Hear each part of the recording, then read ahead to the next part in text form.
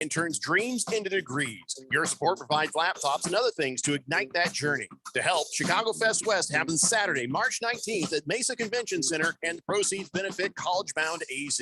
It's a celebration of Chicago during Cubs spring training through music, food, a classic car show, and more. Get your tickets at ChicagoFestWest.com today. Over 500,000 service members, veterans, and their families call Arizona home. If you're currently serving in the military, are a veteran, family member, or supporter, we need your voice in the Arizona Veteran Survey. Visit connectveterans.org/survey. Help prioritize more support at connectveterans.org/survey. This message is sponsored by the Arizona Coalition for Military Families, the Arizona Department of Veteran Services, and Arizona's Be Connected community. Okay, you're back to dining out, but there's dining and there's dinnertainment. Get ready for an amazing dining experience like none you've ever had at Kasai Japanese Steakhouse in Scottsdale. When it comes to Asian cuisine, nobody does it better or more authentic than Kasai, where talented teppan chefs create the food, the fire, and the fun of teppanyaki. Choose from over 30 different items and combinations of teppanyaki, Asian fusion, and innovative sushi. Kasai Japanese Steakhouse. It's not just dinner, it's dinnertainment. A memorable dining experience where delicious 7-course meals prepared right at your table with flair. It's a perfect choice for celebrations, date nights, or a night on the town. Happy hour is always on fire and offered daily with specials on teppanyaki, sushi, cocktails, and more. Book your night of fun right now. Visit KasaiScottsdale.com. That's KASAI Scottsdale.com or call 480-607-1114. That's 480-607-1114. We'll see you there.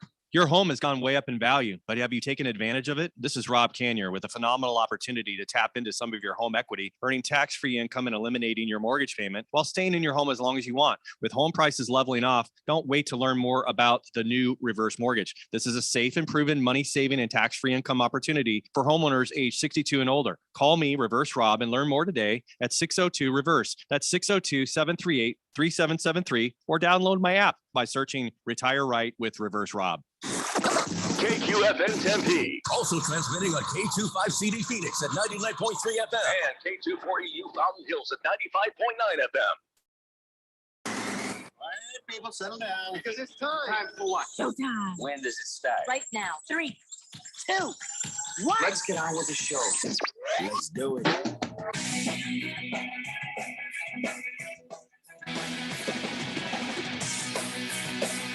All right, everybody, it's Tuesday? Yeah, Tuesday here on the Daily Blender.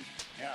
I'm your good friend, your radio pal, Jeffrey O'Brien. That's Randy White. Of course, we got Keon Rose in the control room, and you guys are on the Fanatic text line, 888-368-1580, as we broadcast live from the Harmon Solar Studios in Scottsdale.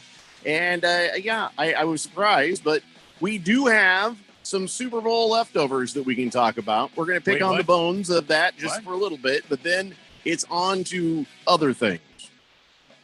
What am I supposed to do, Randy? What am I supposed to do? What could possibly be left from the Super Bowl that has not been talked about and picked over 1,000 times, Jeff? We have a few things. You have possibly undug that nobody else has done. Listen, pitchers and catchers were supposed to report today, and they didn't, so this is what you get, damn it. It's not my fault.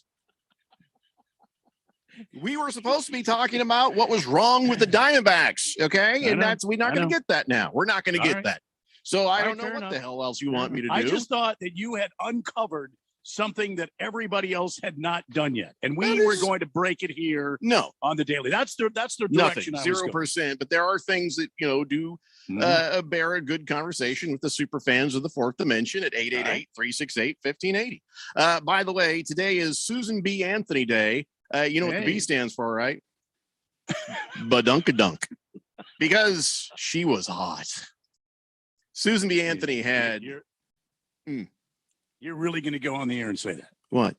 Susan B. Anthony was hot. Oh, don't act like you haven't thought about her. Keon, help me out here. Susan B. Anthony was a fine piece of arse. You have to say arse with the A-R-S-E because it was a long time ago. But Susan B. Anthony, yeah. Keon, I beg you jump in here with some reason, please. I know she looks like Whistler's mother, but that doesn't matter. It's what's underneath that giant dress that she can twerk like nobody's business. Susan B. Anthony in the club. Wow. No, just me. Noted women's rights activist Susan B. Anthony. Wow. Baby got back. Okay. There's no reasoning here, Randy. Oh my God! Okay. Look at Susan B. Anthony's butt. You're destroying this. I'm not the only one. I'm not. Well, please. Oh, I guess it's also a happy Canadian Flag Day. I think they've only had a flag for 53, 57 years. Hell did they try to do before that? I mean, what was their flag before the Maple Leaf? The finger or something? Or what are they? I don't know. Take off, eh? Was that it before? I don't know. I always thought they had the same flag. It doesn't really matter what Susan B. Anthony, all this business aside, you know what day it is. You know what day it is. It's a Singles Awareness Day? No. That was yesterday. You know what day it is. Come on. Well, we almost forgot at the beginning of the show. Oh, okay. Here it is. Keon, don't forget to turn in your timesheet. No. It's that day. No. That's Come on, guys. You're surprising me here. The fourth dimension is going to hit Tuesday. you. It's Taco Tuesday. Yeah, we're going to have tacos tonight. I was told it'll actually be Taco Tuesday at my house. How about that? The Big Risk says Susan B. Anthony is a fine piece of arse. Trust me, I know from experience. Wow. Big Risk. Wow. I'm jealous. Let's see. Swazman says, Jeffrey, don't try to be funny. You don't believe that for 1 second. Next thing you're going to be saying is Abe Lincoln's wife, spent a lot of time with his dog or something. What are you talking about? Or did you mean his log? He grew up in a log cabin. Mm-hmm. I don't know. Can I tell you something? Can I tell you something about Abe Lincoln's wife? Please, go ahead. Crazy Welcome ones. to Daily Blender After Dark. No, I'm just saying. She's crazy. So the crazy ones, that's... yeah. Crazy. Wouldn't you be crazy if you had to sit by your husband after he lost his mind? Well, she was crazy before parts of him went other places. Yeah. She was just always crazy. She was pre-crazy. She was Kurt Cobain from the rear crazy. You know what I'm saying? So. Did you just say that she had Kurt Cobain from the rear? He did. You say just. Big Risk says, thanks for giving my mom a hat at the Phoenix Open. She said, my son loves your show. Don't know his texter tag. Happy Taco Tuesday. Did you ever tell her? And actually, I read that text because you said the same thing yesterday, and I read it yesterday. Yeah. So it's going to be that kind of show, Randy. It's going to be that kind of show. Well, I was almost going to ask if it was Groundhog's Day, since you're starting off with the same exact text we started off with yesterday. Can I tell you something about the groundhog, though? Oh, yeah. I probably shouldn't say that on the air. Legal reasons. Oh. Big George says, hey, Jeffrey, Randy, Keon, happy Susan B. Anthony Day. By the way, the B in Susan B. Anthony actually stood for bitch. She was horrible. Susan Bitch Anthony. It's a true story. Wait, hold on. Wow. We're talking about a women's rights activist, a civil rights activist. Maybe we're not going to go this direction with Susan B. Anthony. Somewhere in the middle, the truth can be found. Okay? Somewhere in the middle. The middle of what? She was probably kind of a biatch with a fine ass. I mean, with a great badunkadunk. Why can't she be both?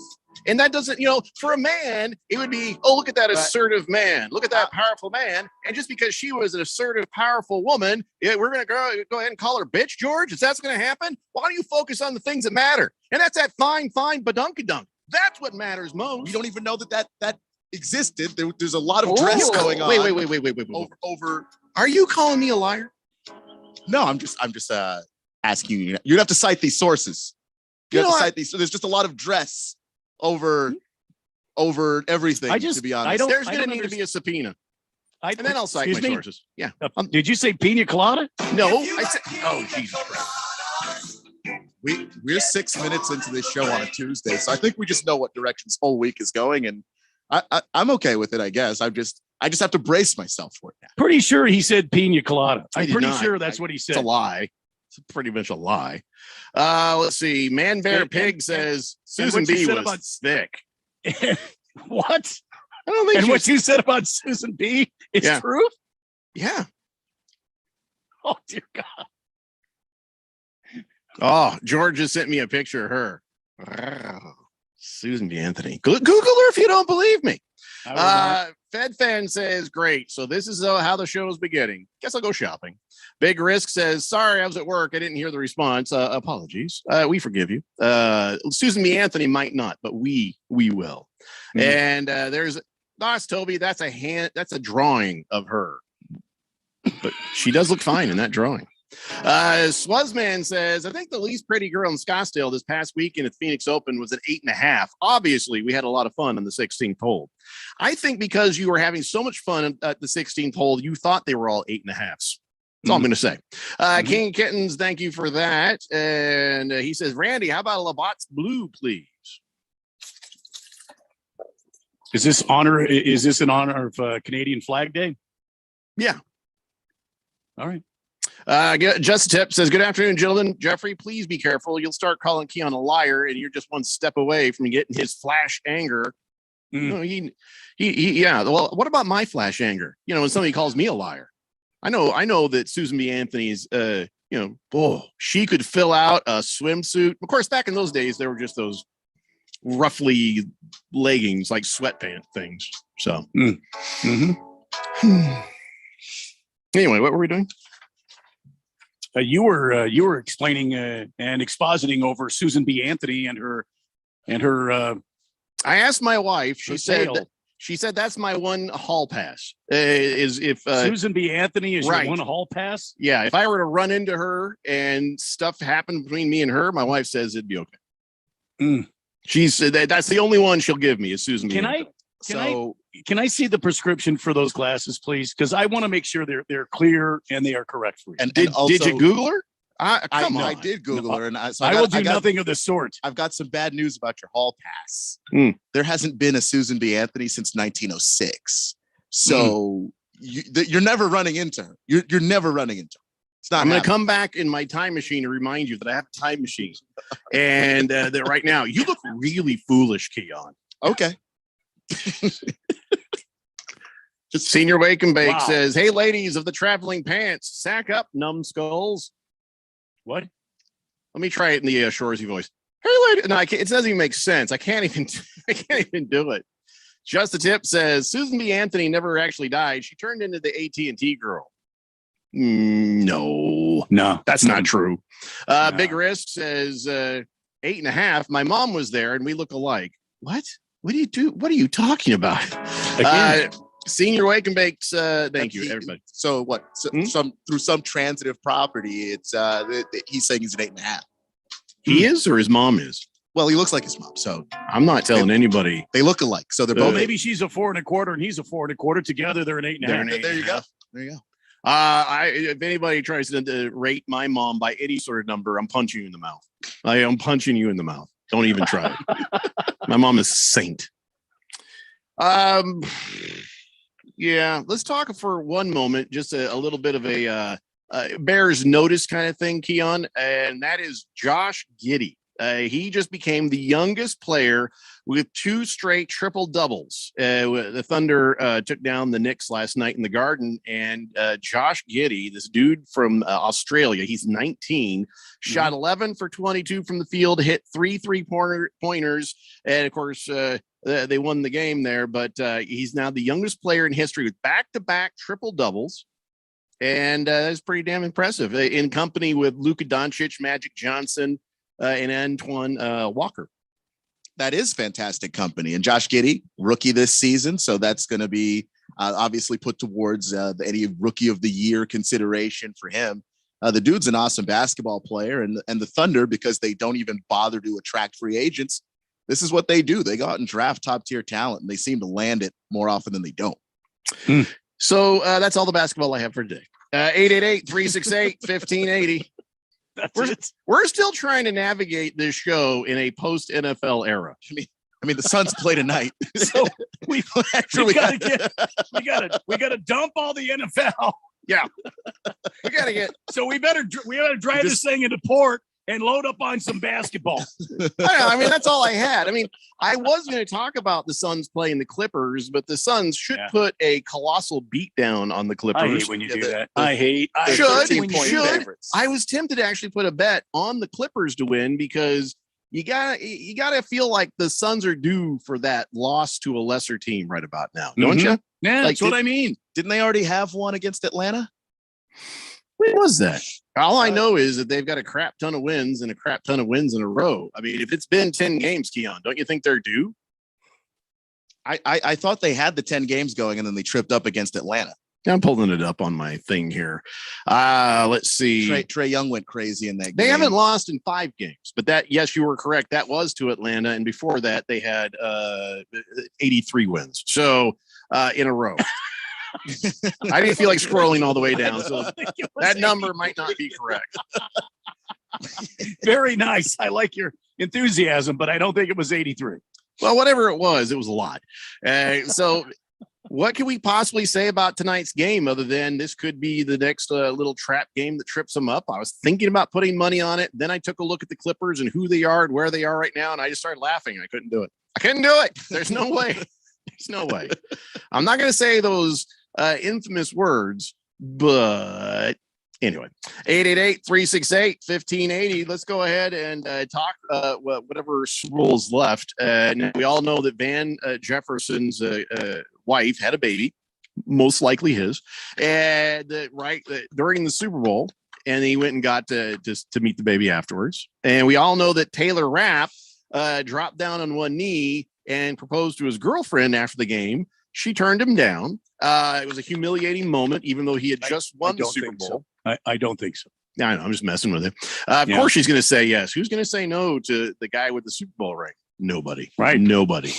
If you can't get the marriage proposal done the day you win the Super Bowl, I have to struggle to figure out a time when you actually can get it done. Yeah, it was smart. You're gonna be a bachelor the rest of your life if you can't get it done then. Right. He's like, this is my best shot at a yes.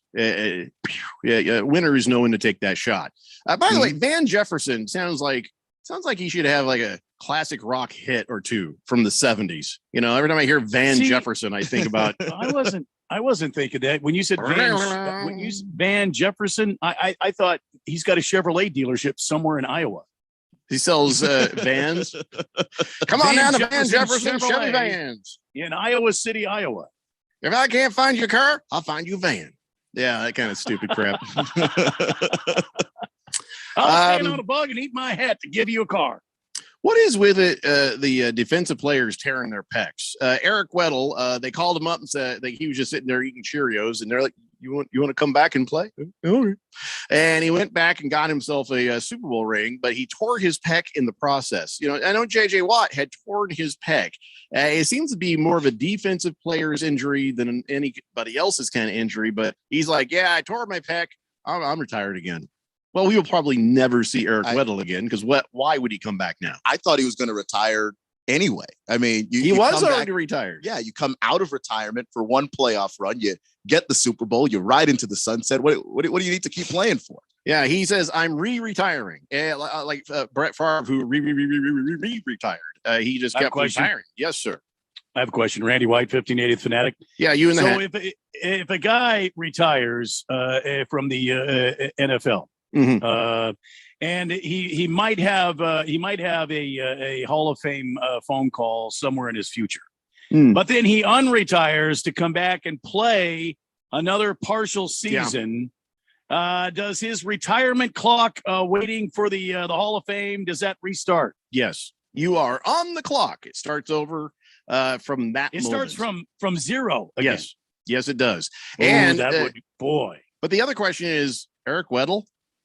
Hall of Famer? Well, he had a wonderful career. It would not surprise me to see him enter the pearly gates of the Pro Football Hall of Fame. I mean, he had multiple All-Pro seasons with the Chargers, and then went with Baltimore, had an All-Pro season there. So I think he won a Super Bowl there too, didn't he? I believe so. I mean, Eric Weddle, as far as the longevity and his numbers at safety and his notoriety. I don't think he's a first ballot guy, but I think Eric Weddle gets in. I'm not a longevity gets you into the Hall of Fame kind of guy. I think that there has to be a credible amount of talent and effectiveness in your stats to go along with longevity. There are some players who've played 6 years and they're in the Hall of Fame and they deserve to be. There's some who played for 15 years and probably don't. So longevity is not my first go-to on a Hall of Famer. I don't think it was his longevity. I think it was the type of player, like Keon said, he had multiple Pro Bowl nominations. He was an All-Pro. He was on, now this will be his, I believe it's his second Super Bowl team, maybe his third, because I know he was in Baltimore for at least one of those Super Bowls. He's played in numerous championship games when he was with the Chargers, when they had that run there while he was there. He was there when Rivers was there, and they were going to the AFC playoff series, and I think they went to one AFC championship game, if I'm not mistaken, and he played in that. So this guy is an upper tier safety. This guy is a guy that has had a wonderful career. I sounded like Chris Collinsworth there. Hey, here's a guy. He's got like a Hall of Fame career. Here's a guy here. You know why I've really been watching tape on. You know why you don't sound like Chris Collinsworth? Because right now I don't feel drowsy listening to you. That's every single time. Like even during the Super Bowl, we were getting down to the end of the game and my eyelids were just getting heavier and heavier. Yeah.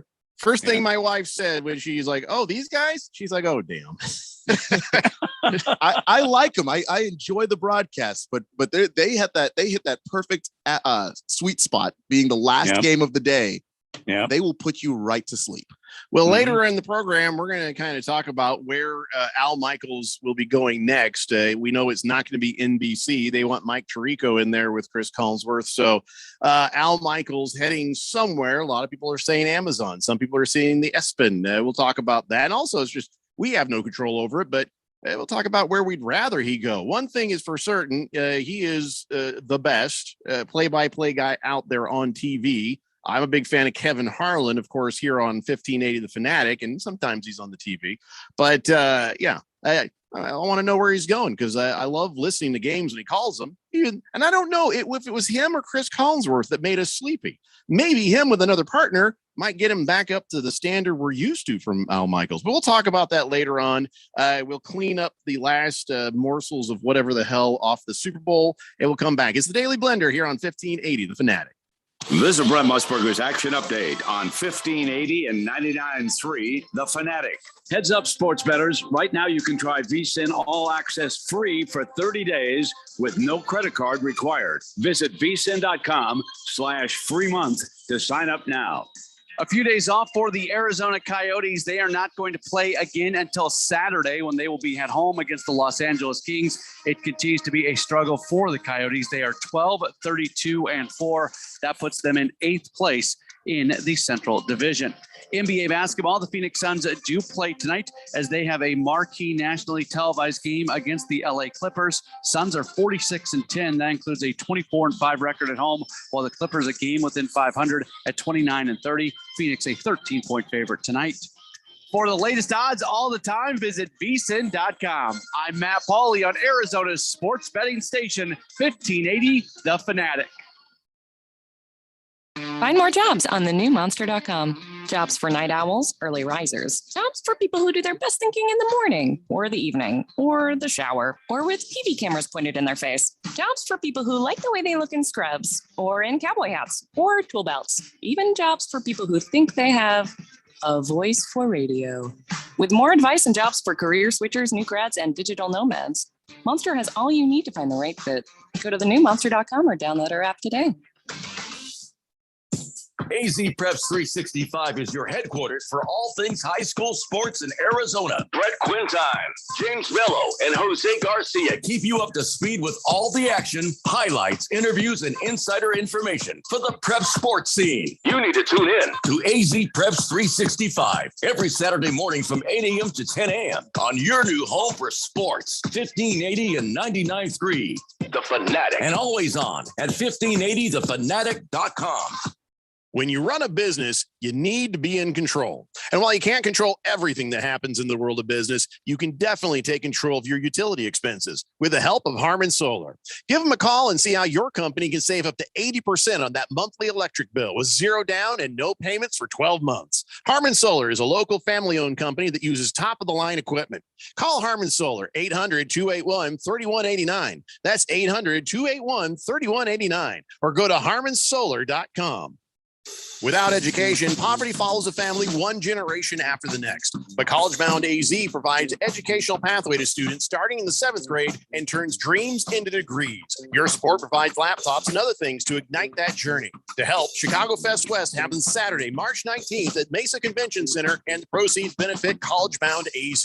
It's a celebration of Chicago during Cubs spring training through music, food, a classic car show, and more. Get your tickets at chicagofestwest.com today. You want to feel important. You want to be a part of something bigger, something that matters and can help change things. You want to feel like you belong. We know. We felt that way too. And that's why we did something about it. We aren't just Army National Guard soldiers. We are normal people just like you. And together, we can make a difference. Take on your legacy. Visit NationalGuard.com to find out more. Sponsored by the Arizona Army National Guard, aired by the Arizona Broadcasters Association and this station. We just can't help it. We have to do it. It's in our DNA. At 1580 and 99.3 The Fanatic, we have to bring you the most epic moments in sports. NCAA football, NASCAR racing, Arizona Rapids football, golf, Vegas Raiders, March Madness, NFL playoffs, and the Super Bowl. Yeah, we can't help it. We are 1580 and 99.3 The Fanatic and always on at 1580thefanatic.com.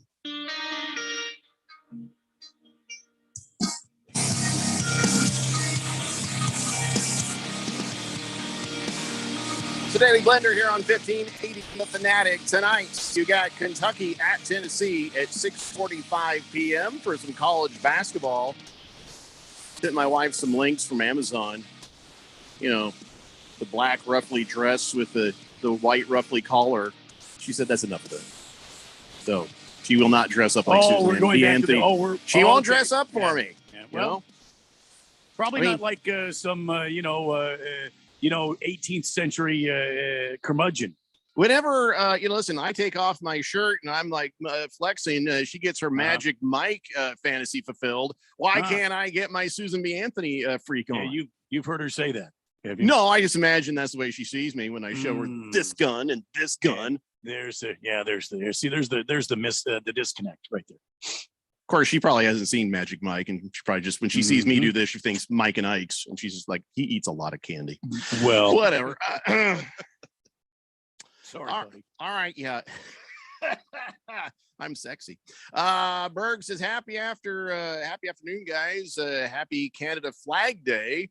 I'm serious. Did somebody send me a text of what the Canadian flag looked like before the brain trust of Canada all gathered around? They're like, what should we put on the flag, eh? I don't know, Hoser. Hey, look, there's a leaf. Okay, let's go drink. That's how they came up with just the maple leaf, I guess. If somebody has a better story than that, I'm listening, and I am curious to see what it used to look like. Or they used to have one that was kind of like a colonial thing, right? Something. Maybe they use the England flag. I don't know. A colonial thing?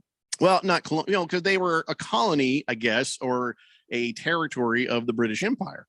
And I think that's what changed for them. So that's why they ended up with a new flag. So whatever they had before probably did have the British flag involved with it, if not the. Yeah, you're right, actually. Thank you. Pulled it up on the Wikipedia. The Canadian flag replaced the Canadian red ensign, which is a big red flag, had the British flag in the top left corner, had some coat of arms I don't actually recognize on the rest of the flag. And that was the flag. Oh, yeah, sure. You can find that right away, but you can't find them hot shots of Susan B. Anthony to back up what I'm saying here. That is correct. I could not find it. I was just You're asking. not looking in the right places, Keon. Just Googled it like I Googled this, you know? Moiswin says, I'll Susan be your fantasy. Okay, no, thank you. Tiger Paws says, a lot. Where do I start? Mike Garofalo and Chris Mortensen were two of the reporters, and Garofalo repeated the thing about the fourth quarter not wanting to go back in this morning. about Kyler Murray. It's not great when it's even Kyler's idol Colt, who he wore his jersey in high school and college, is having trouble taking him into doing the right thing. Oh, Tiger Paws. You got to work on them typings. It says, I didn't catch the name of the person who was saying this morning that Kyler is so laser focused on Sunday, then checks out of football Monday through Saturday. I don't know what you're talking about, Tiger Paws, but I believe you. And then she says, Chris Farley dancing with Patrick Swayze. I don't look that bad. I don't look that good either. Lacrosse guy says, hey, how about a college lacrosse segment? Yeah, in the 4th hour. We'll do that for you. Lost Toby says, I was feeling lucky yesterday. So here's his 3-leg parlay. He's got the Orlando Magic at plus 11.5 at the Nuggets, and he won. He had the Oklahoma City Thunder at the New York Knicks at Oklahoma at plus 10, and he won.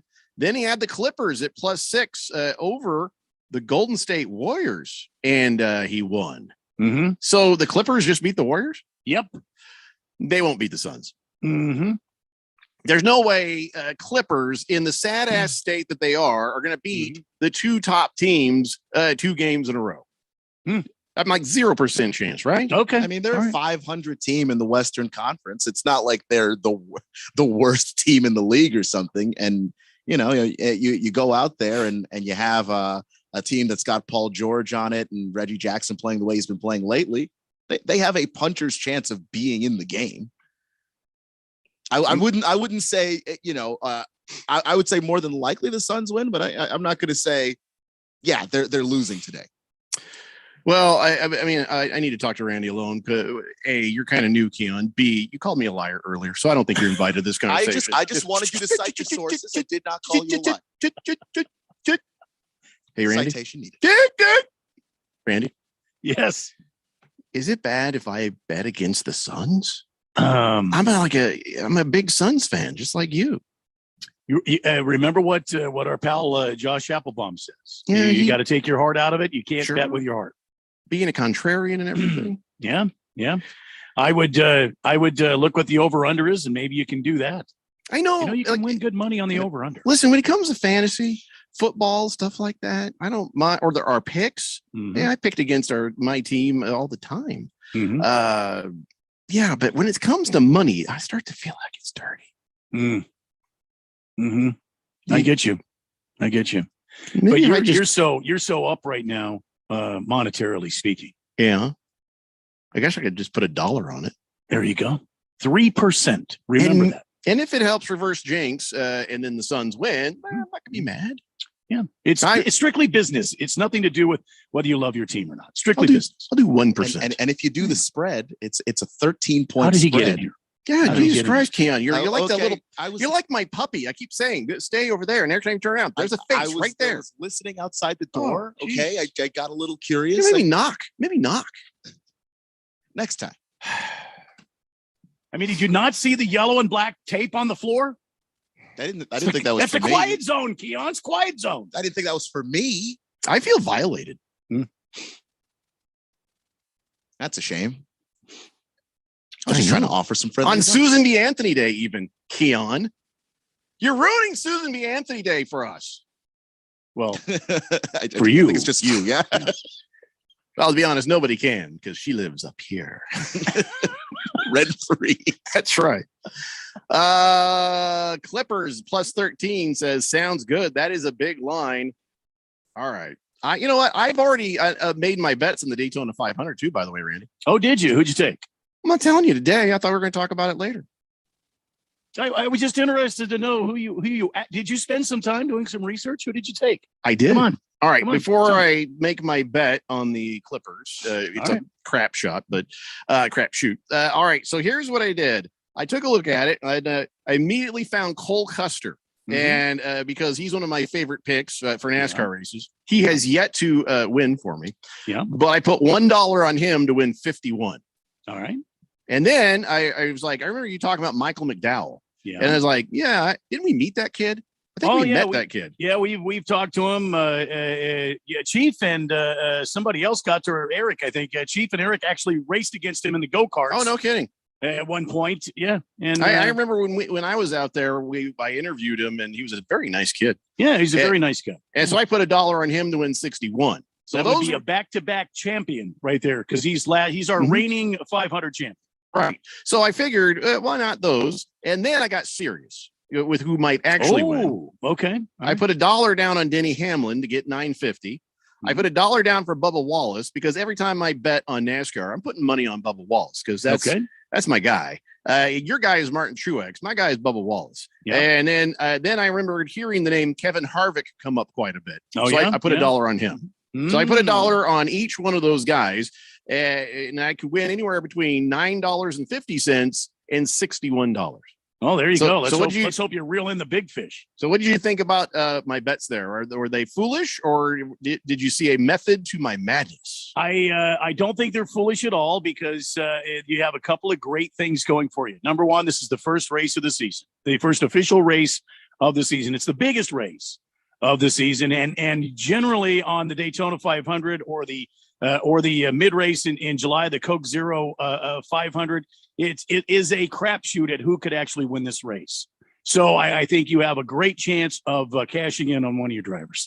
I think you did wonderful, and the fact that you put did you say you had Denny Hamlin in there? Yes, sir. Denny Hamlin to get he's the one that'll pay the least for me. 3-time champion. He is the favorite this year. I think his odds right now are 7-2, something around those numbers. I can't remember. I was reading about it today. 3-time champion. If he wins, he'll be the third 4-time champion. That would tie Cale Yarborough and was it Richard Petty? I can't remember now, but he will be only one of 3 guys to have won the Daytona 500 4 times. So that's a good pick. Kevin Harvick, always a great pick. He's a former champion. You can't rule Kevin Harvick out of the Daytona 500. I don't care who you are. All right. Well, I feel good about a couple of those bets, and if the other ones just happen to come true, even better. Cole Custer, I just love his name. I don't know anything. Is he any good? Is he a decent driver? Does he? He's a hot shoe. He's a young kid. He's one of those young guns coming up, and he's not really a crasher. No, he's generally very good. And I think he'll be around at the end of this race. We'll see. All right. 888-368-1580. I have made my my bet.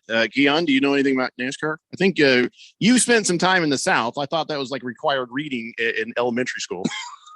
Yeah, I know a little bit, certainly I did run the board for NASCAR for our tiny little radio station. Well, that doesn't matter, man. You know how many times in my early radio history I ran a board and I didn't hear a word anyone said? So tell me what your cue line is and we'll be good. So some stuff leaked in. But yeah, I say I know a little bit. I'm not gonna act like I'm an expert because I was listening. You gonna pick a driver? I was gonna say you're gonna make a run at somebody to win the 500. Yeah, actually, I really like Denny Hamlin a lot. I know. Hey, I already picked that, but I like Denny Hamlin a lot. He's a Joe Gibbs racing guy. Yeah. And Joe Gibbs connection to Washington there, so I tend to root for Denny Hamlin, and so yeah, that was my pick. Nice try, Moist One. Moist One says, "Let's go." I put $1 on Nur. First name Bo. Moist One. Nice try, Moist One. Yeah, I'm looking at some guys right now. I'm looking at Kurt Busch and I'm looking at Bubba Wallace because those are our 2 teammates. Oh, forgot about Busch. And Kurt Busch moving over to the 23XI team or XLI or whatever. More Roman numerals. And you know how I feel about Roman numerals. 2311. Yeah, 2311 team. So I'm looking at putting some money on those 2 gentlemen. Joey Logano always runs well there. I might put money on him. But you hate that guy. Well, I do. But the guy, if he can get it done and win me money, see what I'm saying? Yeah. And you can still hate him. It's great. Yeah, I can still hate him. Just because I bet on him don't mean I like him. Kind of weird. You're sitting there going, yes, you son of a bitch. Yeah, I mean, it just it's conflicting. Because if he loses and he loses you money, then you can hate him even more. Your hatred grows. But if he wins you money, you hate to love him. Well, listen, the guy he's a hard charger. The X factor in all of this, guys, is NASCAR has a brand new car and nobody knows how it's going to react at Daytona. No one. They've done some testing there. They have practice there today. They've got the qualifying that's coming up later this week. Thursday, they've got the Gatorade twin duels that will set the inside and outside rows for the 500 on Sunday. But nobody truly knows how their car is going to react 500 grueling miles at the Daytona 500. We'll have to wait. Are they going to go forward? Will they turn left or right? Well, yes, they do. They do that. Yeah. Because I've learned they can't just turn left all the time. Because sometimes getting out of the pit, you have to turn right a little. Have to turn a little right. Yes. So as long as they've accounted for that, should be okay. Yes. Yes, I think you're right, Jeffco. Yeah. Hey, by the way, just a couple minutes here before the break, Keon. I remember when I was at the Open there, and Ron said that Bruce Allen and his wife came up, and they're like, "Hey, is Keon here?" And he's like, "Well, no, he's at the studio. Tell him we said hi and we love him." And really, who are you? "Oh, I'm Cindy Allen. I don't know her name. And Bruce Allen's wife." And it was like, whoa, former coach of the Washington team is a Keon fan. And I saw you had a little bit of an existential crisis on the Twitter about this. Yeah, he was the general manager of the team for like 10 years. Oh, I thought he was coach. No. Yeah, that was Jay Gruden in that time frame there. Oh, Radio Ron had been drinking when he said coach. Yeah. Before you finish this, can I ask a stupid question? So is he the son of the great George Allen? Correct. Yeah. Oh, there you go. And that was the big connection to the team is, George Allen is a Washington legend, and coached the Over the Hill gang and had some great moments with that franchise. And then Bruce Allen, it was kind of like the homecoming. But I don't know. It wound up being this thing where him and Dan Snyder were thick as thieves. No one could be critical of either of them. And, near the end, everything was falling apart. And you wanted to point fingers at what's going on with this organization. You kind of had to point fingers at Bruce. Like you're the guy that's the big honcho in the front office.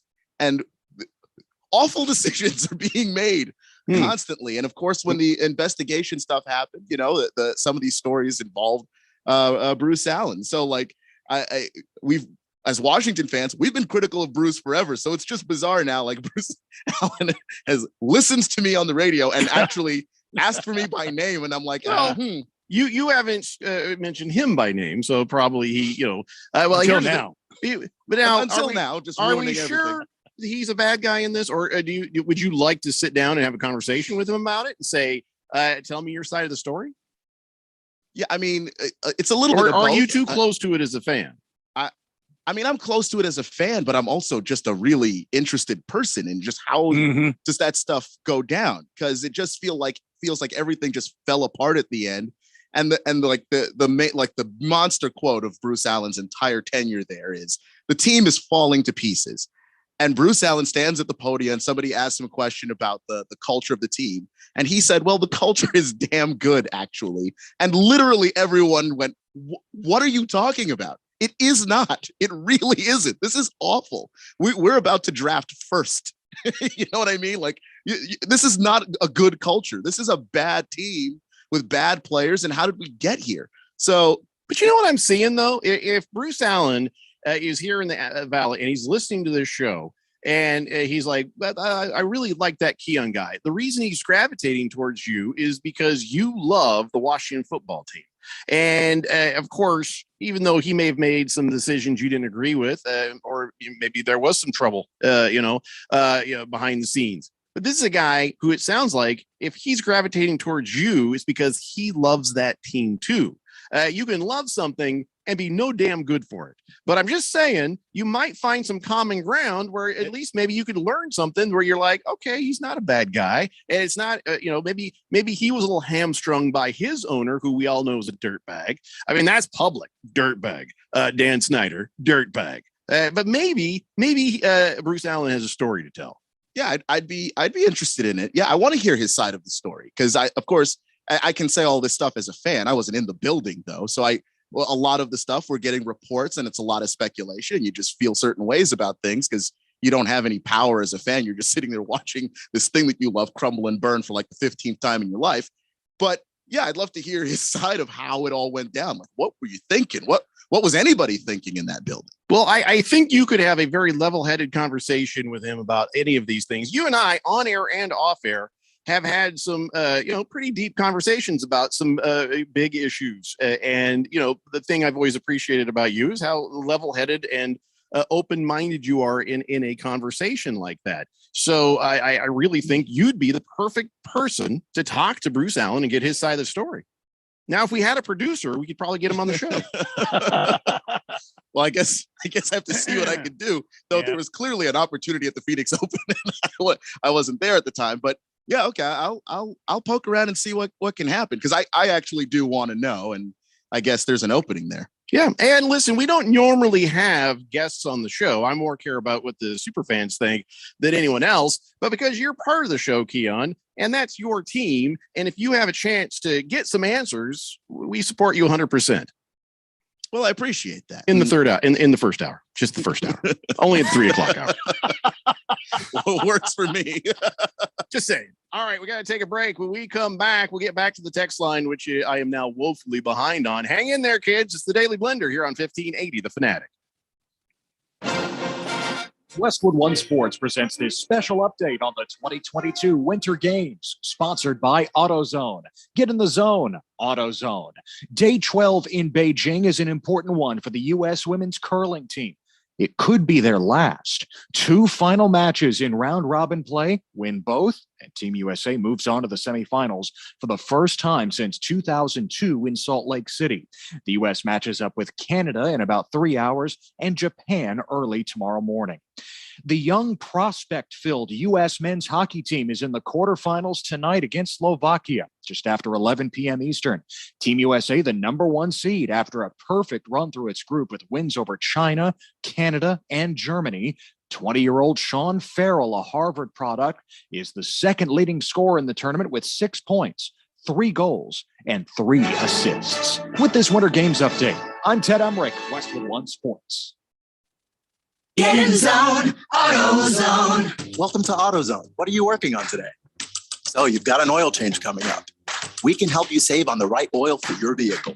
Right now, get 5 quarts of Castrol Edge Full Synthetic or Castrol Edge Full Synthetic High Mileage Motor Oil with an STP Extended Life Oil Filter for just $35.99. Visit one of our 6,000 stores or order from AutoZone.com for same-day store pickup or next-day delivery. Get in the zone, AutoZone. Restrictions apply. My heart was racing just making spaghetti. I could have waited to tell my doctor, but I didn't wait. I was short of breath just reading a book. I could have delayed telling my doctor, but I didn't wait. They told their doctors and found out they have atrial fibrillation, a condition which makes it about 5 times more likely to have a stroke. If you have one or more of these symptoms, irregular heartbeat, heart racing, chest pain, shortness of breath, fatigue, or lightheadedness, this is no time to wait. Contact your doctor. Brought to you by Bristol-Myers Squibb. The Renaissance Festival is back! Weekends now through April 3rd. Great shopping, a giant crafts market, new shows featuring sea fairies, mermaids, and merriments, non-stop feasting, and more. The Renaissance Festival is back. Weekends now through April 3rd. Discount tickets available at Bashas' and Food City or Arizona.renfestinfo.com. Presented by Delta Airlines, Bashas', Food City, Pepsi, Budweiser, and Guinness. Without education, poverty follows a family one generation after the next. But College Bound AZ provides educational pathway to students starting in the 7th grade and turns dreams into degrees. Your support provides laptops and other things to ignite that journey. To help, Chicago Fest West happens Saturday, March 19th at Mesa Convention Center, and the proceeds benefit College Bound AZ. It's a celebration of Chicago during Cubs spring training through music, food, a classic car show, and more. Get your tickets at ChicagoFestWest.com today. 1580 and 99.3 The Fanatic. Live and local.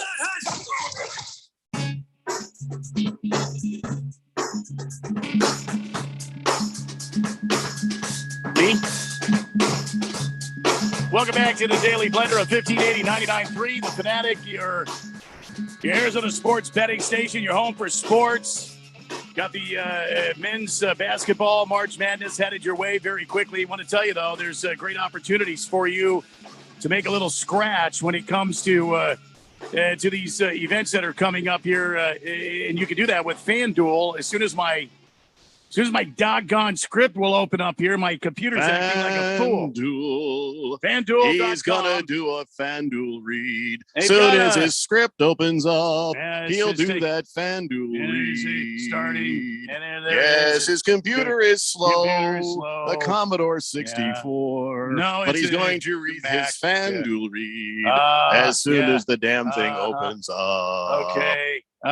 Well, anyway, FanDuel is giving you opportunities to place great bets on the winter games that are going on. You can there is great action for you to be had. I mean, Sean, is he still in it? Sean White, my brother from another mother, is he still in it?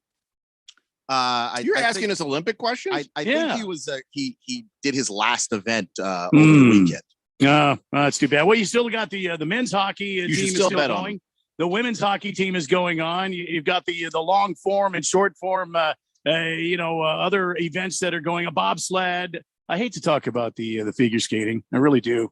But anyway, you can make a few shekels on that by going to FanDuel and downloading the app right now. Sign up with promo code Randy1580 and get all kinds of bonuses, all kinds of opportunities for you to make money. As a matter of fact, your first bet on the Winter Games, whatever it is, up to $1,000, FanDuel. If you lose that bet, FanDuel's going to cover you, give you that amount back in site credits, and you'll be able to say, hey, look, it was a good opportunity for me to make some scratch there on the FanDuel. It's FanDuel. You can download it today. Again, the promo code Randy1580. Make every moment more and go for the gold this Winter Olympic season with FanDuel. Again, that's Randy1580. Remember, you got to be 21 or older and present in Arizona. Bonus issued as a non-withdrawable site credit that expires in 7 days. Max bonus is $10. Restrictions apply. See terms at sportsbook.fanduel.com. Gambling problem? 1-800-NEXT-STEP or text NEXT STEP to 53342. All right, Randy. Big George has a question. Says, hey, is that Chicago West Fest still happening during the Chicago Cubs spring training if there's no spring training? And I asked the people involved with that, and they said, of course it will. That's just where it's happening amongst what it was supposed to be happening. And even if the spring training doesn't happen, there's still going to be a big old party. So don't worry about anything. Chicago West Fest still going to happen for a great cause. Going to be a good time. 888-368-1580. You know, Randy, I know that a lot of people are pretty well done with the Olympics and the committee and all of this, and the fact that this Kamila Valieva, am I saying that right? Right. Yes. That's a first. Kamila Valieva was doping. And then, of course, they came back and says, no, she's not so much doping. She used, okay, Lizzie, it's Russia. 1 cup in-house. And grandfather, he used doping. I admit it. He's just, he dopes and then darn for cup, she dopes. Yeah. And I just don't. By the way, if she's 15, that would put her grandfather, well, he's in Russia, 45-year-old man. I don't know why he'd be doping. I don't know what that's prescribed for. He is also a part of the Winter Olympics team for the Russian. Yeah. This bobsled. Why dope for a bobsled? It makes no sense.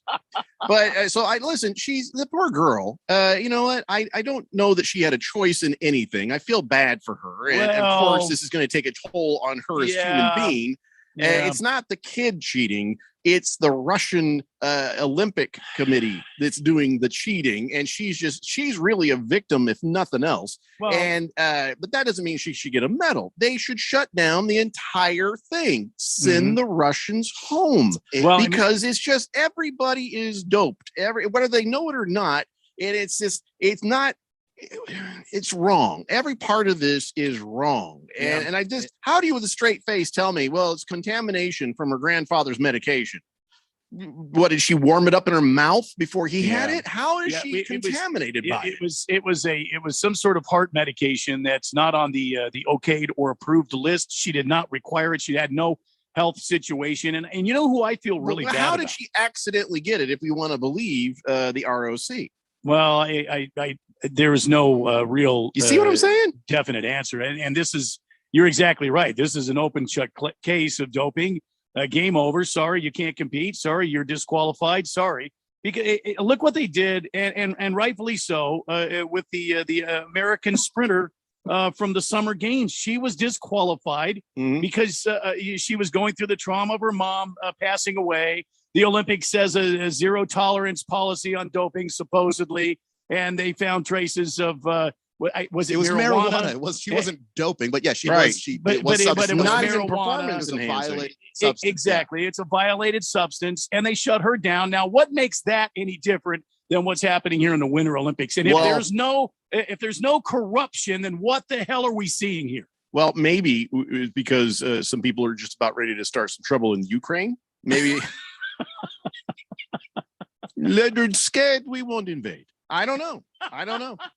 So But the Olympic Committee is a multinational committee. Like, not all of these nations. You think care. Putin can't poison nobody? Yeah, I'm saying not all of these countries care that much. I don't know. It just seems like this is just high levels of corruption, like Randy said, where you're picking and choosing the rules. The fact that there even is a Russian Olympic Committee and not the Russian team is because we're letting them compete past the fact that they were already doping in the first place, like in the previous Olympics. Yeah. B is in B, S is in S. The whole thing is a sham. Much of it, not actual sports, as we've discussed. I'm just over it. And I'm sad because I want to be patriotic. I want to say, go USA. I want to see our team kick the ass out of the rest of the world and, have great sports and have great stories. But it doesn't exist anymore. It's garbage. And that's what I'm fearing. Because you see the corruption in the Olympics and the way it's done, you can start to see some of the corruption that they experience in other sports. Next one up was soccer. Remember all the corruption in soccer? Yeah. Next coming up is the NFL. They're just doing whatever they can to protect their owners, no matter what, at any cost, protect the players, protect the shield. And, this corruption, the bigger a sports get, the more likely it is you're going to see a bunch of corruption. And I hate to see that in sports that I actually love. So Fed Fan says medication she got caught with extends your heart's ability for longer athletic performance, i.e. can extend her skating jumps longer than the average athlete. So then I go back to what was her grandfather trying to extend? Oh, never mind.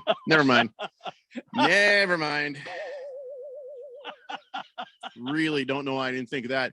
And he's like, yeah.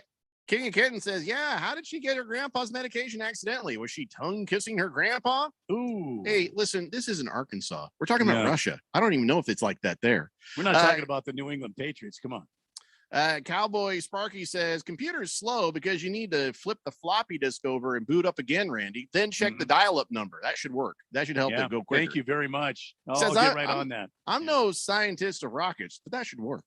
Yeah, thank you. Cowboy Sparky sounds pretty smart to me. I know. I'm going to take that advice. I'm going to do that. Kiss the Cook says cold custard. That sounds really good, especially the raspberry reduction sauce. I was talking about the race car driver Kiss the Cook cold custard. You should look it up. Maybe put a bet on him there. He says, what the hell? Sister LeBron whining that LA should have a parade of champions.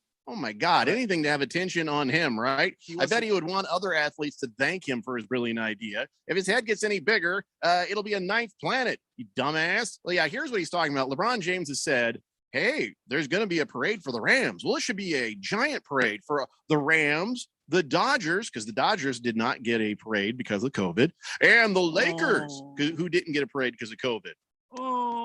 Except for that was 2 damn years ago, Bronny. I don't think he's whining. I think that he's just like, hey, let's jump in on the fun. But hey, Keon, LeBron, if he doesn't get what he wants, he will be whining. But LeBron, it's not your moment. Yep. Just let these guys have it. Yep. It's a different moment. Even if it's Cleveland, maybe it makes more sense. You know what I mean? Cleveland, yeah, not really. So yeah, that LeBron, just shut up, please shut up. Now I'm starting to go back and say, hey, Laura Ingraham, you might have had something. Just in his case, nobody else's, but maybe in LeBron's case. Shut up and dribble. Everybody else, though, no, keep speaking up. Speak your truth. All right, guys, that's 1 hour down and 2 to go. When we come back, we're picking off the last meaty tidbits we can from the Super Bowl. before there ain't no more to talk about. It's Daily Blender here on 1580 The Fanatic. Hey everybody, Mark Asher back to tell you about my friends over at Valley Medical Weight Loss. We all know what New Year's resolutions are, right? Now, New Year's resolutions don't have to start on January 1st. We got a long year, but let's not wait any longer. If one of your resolutions was to trim up, lose a couple unwanted pounds, feel a little better in your own skin, I've got the company for you. It's called Valley Medical Weight Loss. They've been in business in the Valley for over 10 years. 3 walk-in locations, Tempe, Glendale, and Phoenix. No appointments necessary. Simply come in when you're ready to start your weight loss journey. I've got a way for you to get your first week absolutely free. It's normally $31.95 per week, but if you mention Money Radio, you can get started losing those extra 15, 20, maybe more pounds. Don't wait any longer. You can call 602-441-3305 or go to their website, valleymedicalweightloss.com. No upfront fees, and your first week's on us. Give it a try, valleymedicalweightloss.com. Is there anything better than the sound of 3 races breathing life into a new NASCAR season? What about if it's at a state-of-the-art facility with stunning views of the Estrella Mountains and a famous, only one-of-its-kind hillside? Well then, you must be talking about Phoenix Raceway. NASCAR weekend at Phoenix Raceway, March 11th through the 13th. Get your tickets today at phoenixraceway.com. This is your Wendy's wake-up call. Start your day with a better breakfast and get a free drink with any of our morning-making breakfast sandwiches. That's your favorite drink in a Wendy's cup, free. Fresh brewed coffee, free. Diet Coke, free. Vanilla Frosty Chino, that's cold brew plus Frosty Creamer plus free. So don't sleep on this deal. Get any size drink in a Wendy's cup free when you buy any breakfast sandwich. Choose wisely. Choose Wendy's. Limited time only at participating Wendy's. A la carte only. Offer valid upon request on lowest price qualifying item. Not valid for third-party delivery. Excludes prepackaged beverages. You don't sit behind a desk every day to earn a living. You're out and about making it happen. And sometimes you get a little bit behind on your paperwork, like bookkeeping and paying your taxes. It's easy to get behind on paying your taxes. It happens to the best of us. And you know what happens next. The big bad IRS comes knocking on your door. And when that happens, you need to call the good old boys at the Tax Doctor. Let them do what they do best. Deal and negotiate with the IRS so you pay the lowest you can in back taxes that the law allows. We are a 100% U.S.-based company, and we've saved our clients millions over the years in back taxes. If you owe $10,000 or more in back taxes, call my friends right now at the Tax Doctor and learn more. 800-628-6070. 800-628-6070. 800-628-6070. That's 800-628-6070. KQFN Tempe. Also transmitting on K25CD Phoenix at 99.3 FM. And K240U Fountain Hills at 95.9 FM. People settle down. Because it's time. Time for what? Showtime. When does it start? Right now. 3, 2, 1. Let's get on with the show. Let's do it.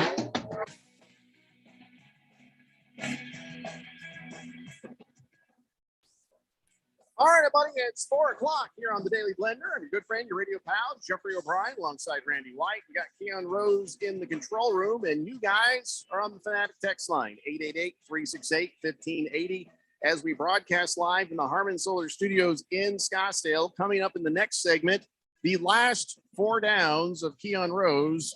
Well, we're not firing him. It's just the season's over. After this, it's going to be 4 quarters with Keon Rose. Yeah. Is that going to happen like every day after the Suns play? Well, I mean, no. How's that going to work? I was thinking it was just going to stay on Tuesday and we just go over the. God forbid you do more work, right? The weekend of basketball. I could do more work, but Yeah. I just don't want. I kind of wanted to make it. No, I just wanted to make it NBA specific as Right. opposed to just Sun specific. But So I a could do weekly that. NBA thing. Yeah. All right. Because we got a weekly. I want to jump to the. What are you going to do in June when the finals are over? Or is that July? Hey, whatever. Yeah, it's sometime in June. Late June, early July. Then that's Maybe over. You Then could you've pick got up 4 downs with Keon Rose again because in 4 July. bases. No, I know. Oh, that's right. No. Awkward. You can do 4 downs again because the OTAs will be happening. We're starting to ramp up for the football. College football is ramping up. See, he could do it. I say if baseball is happening, you do 4 bases with Keon Rose. And here's what you do. One day, like today, we're doing 4 downs, but then you got four quarters a day. We do basketball, and then a couple days later, 4 bases. It'd be another segment you get to do a week. Yeah. Okay, that could work. Yeah. If we have he hates this idea, it means work.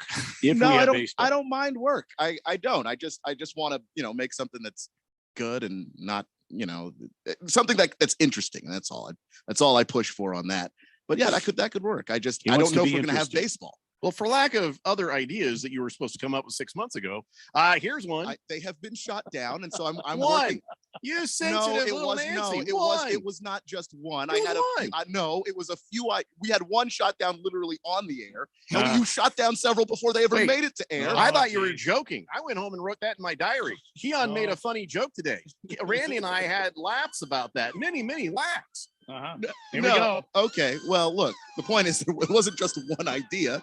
So it's okay. I'm continuing to mine some places for some ideas. I'm still working on stuff. What are you working on? What do you got? Good. This is a safe place. You can share. It's literally not a safe place, but that's okay. I don't care. I'll just throw it out there. It's literally the opposite of a safe whatever place. a safe place is. This All is right. the opposite. I feel like this is a safe place. I do. Of course you do. It's the Daily Blender with Jeffrey O'Brien. Wow. Just saying. Sorry, just try something out on us. Just go ahead, try something out. Okay, I was thinking about doing like a blender top 5 and then finding different kind of power rankings that I could go through depending on the sport that is the most in the news at the moment. And so you would give each one of us something and say, give me your top 5 this, and we'd compare where we ended up with all 3 of our top 5. Right. I like that. I like that. See, listen, I'm always going to be honest, Keon. I'm always going to be honest. Yeah, it might be honest on air and you as the butt of the joke when it happens, but I'm always going to be honest. And I think that was a good idea. What do you think, Randy? Oh, I think it's a great idea, but I think we've done it before. Shut up, Randy. Trying positive reinforcement here. Oh, damn. Sorry about that.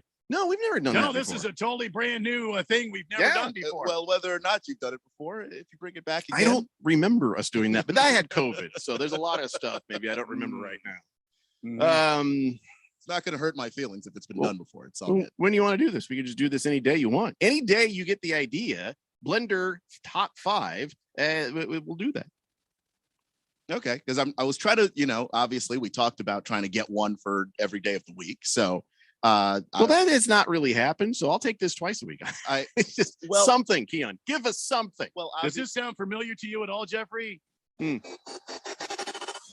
Time for the Daily Blender. Top 5 at 5. Well, that was different. That was the top 5 news stories that you would do back in the past. I didn't do them. I think it was Kaler? somebody else. Kaler would do them. Yeah, these aren't news stories. This is hey, if we're gonna talk NBA, what's Randy's 5? What's Jeffrey's top I'll tell 5? you what, that production piece that works for this segment. I think we keep right. it. It does because I'm not redoing it. I know that's more work. Nobody on the show wants to do any work. So, all right. So we could use this one. Here we go. We could use this one. But there's nobody saying it's the Blender top 5. Well, and you have to get rid of the top 5 at 5 unless we do that only at 5 p.m. Well, I mean, I could do Keon's bit. Daily Blender top stories of the day. No, I can't do that one. See. No, it should be the Blender top 5, or do we say Keon's? Well, no, it's not just Keon's, all of ours. So it's Blender top 5, but then Keon, that's Keon's bit. Yeah, I could do whatever he wants. We have the best meetings on air. Yeah, I love this. Can we get back to the show? Yeah. Well, no, hold on. Listen, this is a fertile ground. So what else you got, Keon? We were going to get back to the college basketball dance party, but I wanted to. Yes, Keon Rose's college basketball dance party. Okay, yeah, Keon Rose's dance party. Are you writing these down? Me? No, anybody. I already have these written down. So I mean, I need to be reminded. I don't need to do that. I already have the bed for this. See, now that we've ready to go. I guess. All right. So now we got a basketball dance party. We got 3 things. Yeah. We got the 4 quarters. Yeah. We got Blender top 5. We got Keon Rose's college basketball dance party. Yeah. What was the other thing? Is there another thing? What do you got, Keon? What do you got? I don't have anything off the top of my head right now. I don't know. I have notes. Fed fan says, "Don't do it, Keon. It's a trap." It's not a trap. Look, we all just agreed on a great new bit for the show. I think it's a great idea. Well done, Keon. Yeah, yeah. Thank you for that. Don't hide your shine. Don't hide your light. You know. I remember the very first time I had it. I don't remember exactly what the bit was. Well, hold on, Keon. Get rid of the @5 thing. We might do it other times. Just the top 5? Yeah, just okay. the top 5. I could do Sorry, that. what was that, Keon? Yeah. Yeah, no, the very first bit that we forced rolled out onto the show. I was not prepared to explain exactly what it was because I was still kind of working on it. I'll be honest, when you explained it so, off air, it's still just which is why I didn't want to tell it on the air. And of course, it was so bad, it was mocked relentlessly. You can't be so sensitive. It died right there on the air. I don't know. I was very proud of it. I mean, I have a thought maybe. Yes, Randy White, 1580 The Fanatic. Maybe Keon could do like an op-ed piece once a week. Are we talking about writing? No, I on the air. I told him he could have Keon's Corner on the 1580 The Fanatic website. But we could do like what's bugging Keon today or something like that. Yeah. Well, he doesn't seem that bugged often enough. You know, do you get bugged enough? I do. I'm just not very outwardly expressive, and it confuses people. Yeah, we can get this sponsored as what's bugging Keon. Yeah, brought to you by So and So Pest Control, Phoenix Pest Control. Let's do it. I mean, I trust me. In the gigantic world of sports, I can find just about anything. It has to be sports. I feel like every one of these would start with Jeffrey O'Brien. Yeah, that's how it's going to. I'm like, hey, you don't bug me. No, like you said, we've had tons of conversations that I think with more closed-minded people would probably go south, and we've had some really good. You don't bug me at all. Well, don't make it sound like I'm the problem, Keon. Don't make it sound like I'm the problem. No, I said you would have been the problem if you were a closed-minded person. I see. Yeah, I'm just saying, gotta be careful out there. So now you have 4 bits. That's 4 now. Look at that. Look how we helped you out, Keon. Did you write this 4th one down? The what's bugging me? Yeah. I'll put it on the notepad. What's bugging Keon? Yeah, we got to write these down, then email them to me. And I got to pass these through legal. Anyway, okay, we don't have legal, but I'm still I need to write these down too. But I just want you to write them down. We do have legal. It's Big George. See that? I got a pen right here. I guess I could have wrote them down. Well, yeah, you could have. We just need one more, Keon. One more. You got a bit a day. Okay. I have a couple more. Can I just tell you how much Keon is hating right now? Well, yeah, because it just sounds like I'm bad at my job and I don't want to work, which is not true. No, I just been telling you to come up with some bits for ever. Yeah, and I've been now. I put you on the spot. We got 4 bits for you, and I have been I told you 2 of them that I wrote down. That's how they're here. So yeah, sure. We're up to 4. We need 1 more. All right. I've been working on you told me to work on them. I have been I'm just trying to blenderfy some of them. Blenderfy. Yeah, I like the way I like Blenderfy. That sounds. Yeah. Although when he says Blenderfy, you and I think, hey, that sounds cool, but that's really probably in Keon's talk an insult. How do I dumb this crap down? How do I Blenderfy this? No, it's not. How do I make this so easy these morons can figure it out? I'm gonna have to Blenderfy this. It's just that when I was working in Tennessee, I had a show by myself, so I would just make up bits that I could do alone. And so now I'm like, okay, this is a 3-person sport now. I gotta figure out how to do this with teammates. That's all. That's not. Keon's like, I saw some stupid crap in the South, but then I came on the Daily Blender. And let me tell you something. I would never say anything like that. To our face. 888-368-1580. We have a new texter here on the text line. 6906 says, Lakers, more like the LA Stinkers. Am I right? You are right. I'm not going to lie to you. You are absolutely right. Thanks. 888-368-1580. Let's get caught up on the text line here. Big Kev says, Randy, NASCAR Daytona practice #1 update. Martin Truex Jr. currently sits on top of the leaderboard. Wow. Toyota top 5 right now with MTJ, Bubba Wallace, Denny Hamlin, Kurt Busch, and Kyle Busch. And there you go. That's what I was talking about. I'm really considering putting some money on Kurt Busch and Bubba Wallace. I have a feeling. Sorry. Big Risk just sent me a picture of Susan B. Anthony. He says, this is an actual photo of her. Dude, if you need to take a minute, it's okay. My wife sometimes uses this computer. Could you just not? Ooh. With the smoke show, please. Boomer Sooner says, good day, gentlemen. Good day, Blender Nation. Randy, could I get a beer and a little Boomer Sooner, please? Boomer Sooner, Boomer Sooner, Boomer Sooner, Boomer Sooner. Fish Tank says, how about 9 innings with Keon Rose? Ooh, that's way too long. That's too long. So we 4 bases that fits a segment. Yeah, 9 innings. Bases. Yeah. That's a lot of baseball to talk about. And people are trying to drive home. We don't want to make you more tired. You know, that's just too much. And there's no baseball now. So you know what? I invalidate that comment. How about we call it the lockout with Keon Rose? Baseball is a lot of fun to talk about when they're not acting like idiots. You know, the lockout with Keon Rose. No, because then that would just be lockout updates, and it would be you're just crushing. Every week it would just be you're just crushing. Yeah, the players. Well, see, my the idea owners, just got shot down. Do you see me whimpering and whining about it, Keon? No, I'm going to keep creating for you. All right then. You do love how these cameras make when I do that. It's like a huge Uncle Sam. I want you. Lost Toby says, I also want a day to give a top 5. My innovative idea, top 4, actually. Look up. It was my original idea. Check it out. Top 4. 4 or 5, doesn't matter, Toby. Doesn't matter. Let's see. Big George says, can you start doing traffic reports again? And Randy White sports update from the sports mega complex if you're digging up past segments. No. Wow, really? Big George, thank you. I didn't know you were a fan. Randy did a fine job of those, but then we realized something. Studies show you guys at this time of day don't care about a sports update. Why? Because you've already gotten all the sports updates you can handle. Now it's just let's relax, let's take it easy, let's have some fun and talk about stuff and get you guys home. 4 pucks for hockey talk, though. No.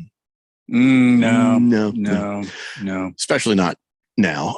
Big Kev says, I attended Speed Weeks in the Daytona 500 last year. I remember seeing the first dual race that Thursday night. William Byron and my old man Jeff Gordon, number 24 car, was lined up next to Bubba Wallace's number 23. I definitely got a picture of it.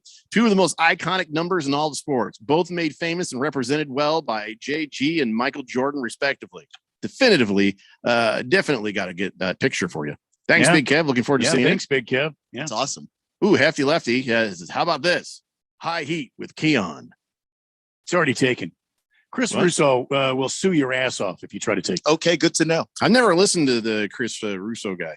So. Oh yeah, listen, he knows a lot. I love to listen to him. He's got a lot of facts. He does a lot of research. He's got a lot of great trivia. But listen, the guy's voice just, oh my God, it gets on your last nerve about 10 seconds into the show. This is why I don't listen to other shows, really.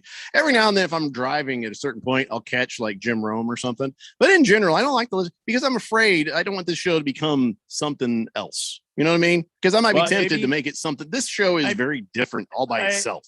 So with Chris Russo, imagine, if you will, come with me on a imaginary journey. Bruce Jacobs, only screaming at you. Got it. Chris Russo, ladies and gentlemen. That sounds like a nightmare I had once. I don't know how the guy keeps doing that all for the whole show. I don't know how he does that. Hefty Lefty says, Blender Phi and Semper Fi until we die. That's a nice Thank slogan. you. Actually. Thank you, sir. That's pretty clever. Lost Toby says, just finished doing my taxes. I owe the IRS money. My account sucks. It's me though. I'm my accountant. Sorry, Lost Toby. That stinks. How about this one? Hockey talk. Going top shelf with Keon. Hockey talk. If I can give you just one hockey point, hockey is like my worst sport. Unfortunately, it's the one that I am. My knowledge base is not as deep on, so I can't give you like a top anything of hockey outside of what's the biggest story of the day. If there is a sport that exists that is way more fun to do than it is to watch on TV, I'm going to give you that classification. It's hockey. Watching the hockey in person, it's a blast. That is actually an awful lot of fun, and it goes by fast. Watching on TV is just not the same. So, I don't know. I find it hard to really watch a lot of hockey on TV. I love going to a Coyotes game, though. 602 Pat Stan says, damn it, Randy, that was a low blow on the Patriots, but that was funny. Thank you. Boomer Sooner says, Jeffy, you're right. That's why Boomer Sooner will support you guys no matter what. Best radio show in Phoenix. You guys should be syndicated for like 350 stations across the country. You're No gonna have need to for pay us a hell of a lot more then. no need for yeah, that's true. No need for boring gas. No need for callers calling in and making asses themselves. You guys do a great job. And yes, I hate every 8-minute sports update that they play out there. What the hell can happen in 8 minutes anyway? Well, I did mine in about 2.5 minutes. Yeah, Randy was very succinct in his. Screaming Eagle says, Happy Tuesday, Blender. Question was raised. Coyotes win the Stanley Cup or Cardinals win a Super Bowl? Which happens first? Cardinals. I got to go Cardinals right now. I With mean, the direction they're headed, I got to go Cardinals right now. Direction they're headed. I mean, I don't want to blow a segment out of the water. I feel like the Cardinals have a few things to get done. Mhm. Obviously, the quarterback's a big question, but I think the Cardinals are closer to winning a championship than the Coyotes. Unfortunate, because I love the Coyotes. Mr. Pink Eye has an idea. He says maybe Keon should get a bell so he can ring the bell if he wants to speak. It's not the Dan Patrick show. Didn't they do that over there? That's my good point, Bell. He can't have a bell. Sorry. Yeah, by the way, since we're having this meeting on air, Keon, my wife mentioned to me she says Keon used to jump in and butt in more often, but it seems like lately he doesn't do that as much.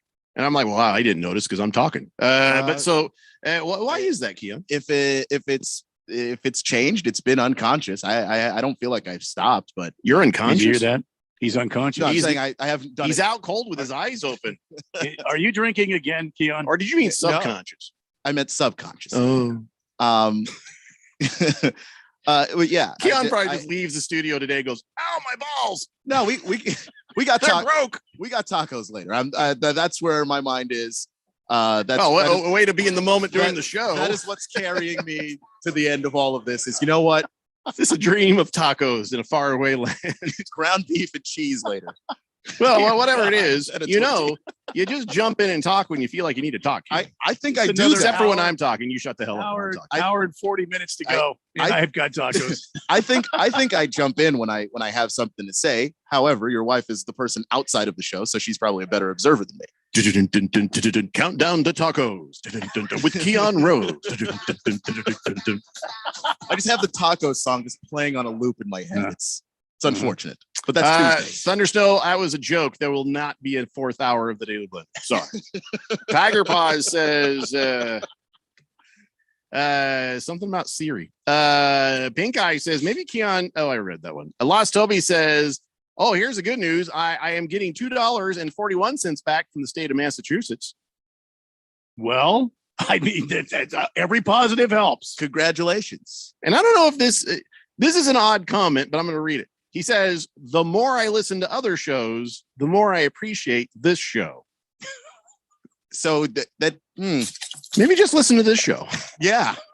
Why are you punishing yourself? It also doesn't make us sound great, just the least bad option. Yeah, we're going to probably have to take the entire commercial break and think about what he just said. It's the Daily Blender here on 1580, The Fanatic. Westwood One Sports presents this special update on the 2022 Winter Games, sponsored by Angie. Angie takes your home projects from start to finished. Get started at Angie.com. Team USA has 3 medal contenders in one of the first events of Day 12 in Beijing, men's free ski slope style. Colby Stevenson, Alex Hall, and Nick Gepper are all in the 12-man final that gets underway at 8:30 Eastern. Stevenson already won silver in the big air event. He can become the first American to win multiple individual medals at these games. Luke Winters from Gresham, Oregon is the only American in the one alpine event tonight, the men's slalom. That starts at 9:15 Eastern. Winters not considered a medal threat. Sebastian Foss Solvåg, the reigning world champion. If he wins gold, it'll be the 9th consecutive Winter Games Norway has won gold in a men's alpine event. With this Winter Games update, I'm Ted Emmerich, Westwood One Sports. Introducing Venture X, Capital One's new travel card for people always asking, where next? You earn 10x miles on hotels and rental cars, and 5x miles on flights booked through Capital One Travel, and 2x miles on everything else you buy with Venture X. Plus, receive premium travel benefits like access to over 1,300 airport lounges. The Venture X card from Capital One. What's in your wallet? Terms apply. See CapitalOne.com for details. Get in zone, AutoZone. Welcome to AutoZone, America's #1 brakes destination. Right now, you can do the complete job and get a great deal when you buy a set of Duralast brake pads and rotors. It's also AutoZone's national hiring event. We're hiring all positions, from sales to warehouse and drivers, both part-time and full-time. Visit careers.autozone.com or any one of our stores. Get in zone, AutoZone. Claim based on data from the NPD Group 2020. Contractors need bonds, and the professionals at Constructors Bonding have been Arizona's leading surety management team for 40 years. We don't just deliver bonds, we make your bonding better. As the #1 producer with 14 markets, Constructors Bonding has the relationships and expertise to get you better capacity, better rates, and better terms. For better bonding, call Dave McKee at Constructors Bonding at 602-432-5929. That's 602-432-5929. Or visit cbialliance.com. The dictionary describes madness as frenzy, rage, intense excitement. Yeah, that sounds about right. We define it like this. There's the pass to Leitner. Puts it up. Takes it through for the win. The madness is coming. Touchdown, dribble. 1580 and 99.3 The Fanatic, the home for March Madness.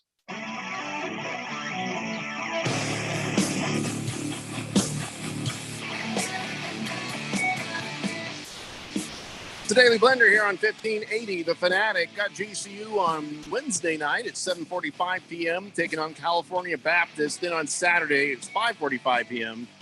They got New Mexico State in that rivalry game right here on 1580 The Fanatic. Okay. So it was Valentine's Day yesterday. How'd you guys do with your ladies? Well, I mean, I think I scored a touchdown. Yeah. I pulled a fast one. I did a tacky card and kind of a tacky gift, and then did just kidding, and then gave her the real stuff, which we did. It was one of those ones I think she might have teared up a little bit. So that was cool. How about you, Keon? Yeah, poetry was involved and it worked out. She wrote poetry? Wait, what? I wrote the poetry. Oh, you wrote the Can we hear it? Yeah, I'd like to hear it. No. Can we please hear it? It's definitely not for the blender. Part of it? She just changed the dirty words. It wasn't dirty, but it's personal. Are we Jeffrey and I we part of the poetry? You were not? We're not in the poem? What the hell? No, not in the poem for her. No. No. Well, just we're part of your story. I mean, you are. If we hadn't brought you here, you would have never met her. That's true. We want some credit, which can come up in conversation. It just can't go in the poem. I just don't think you're a good poet if you can't rhyme Randy and Jeffrey. Yeah, there it is. I've said it. I said it out loud. Yeah. Okay, I'll put it out there, and I'm not ashamed. It's okay. I don't get paid to be a poet. What kind of poem was it? Was it like a sort of a flowery, Yeah. Did you put these and thous on it to make it sound more flowery? I didn't. Thy, thee, though. Very classical sort of English. I could have done that, but I figure that's the thighs are like a summer day. I don't know why somebody's thighs would be like a summer day, but it just seems like something that you might write. Which show was it? It was like Last Week Tonight or something. They dug up like old letters from one of the U.S. presidents and his mistress, and he basically just wrote about her thighs. His mistress? It was the entire time. The entire time. It was an unbelievable. Thighs are like a summer day. You can find it. It gets super weird. raunchy after that. But your thighs are like a summer day, sweaty and sticky and salty. You know how people wrote back then. So I got from my wife. I'm starting to think something's up, guys. 2 years in a row, I got a heart-shaped box. Last year, I got a heart-shaped box with little beef jerkies in it. So like a manly heart. I was like, oh, that's good. Yeah, man. This year, here comes this giant heart-shaped box right here. And I was like, oh, did I finally get some chocolate this year? I got nuts. So at first I was like, yeah, honey, do you think I'm fat? Is that you just give me where's the chocolate? And she's like, well, no. She's like, you didn't get it? Meat, nuts, And I'm like, I do not have a filthy mind like you. I, for one, am offended and feeling stupid that I didn't notice that sooner.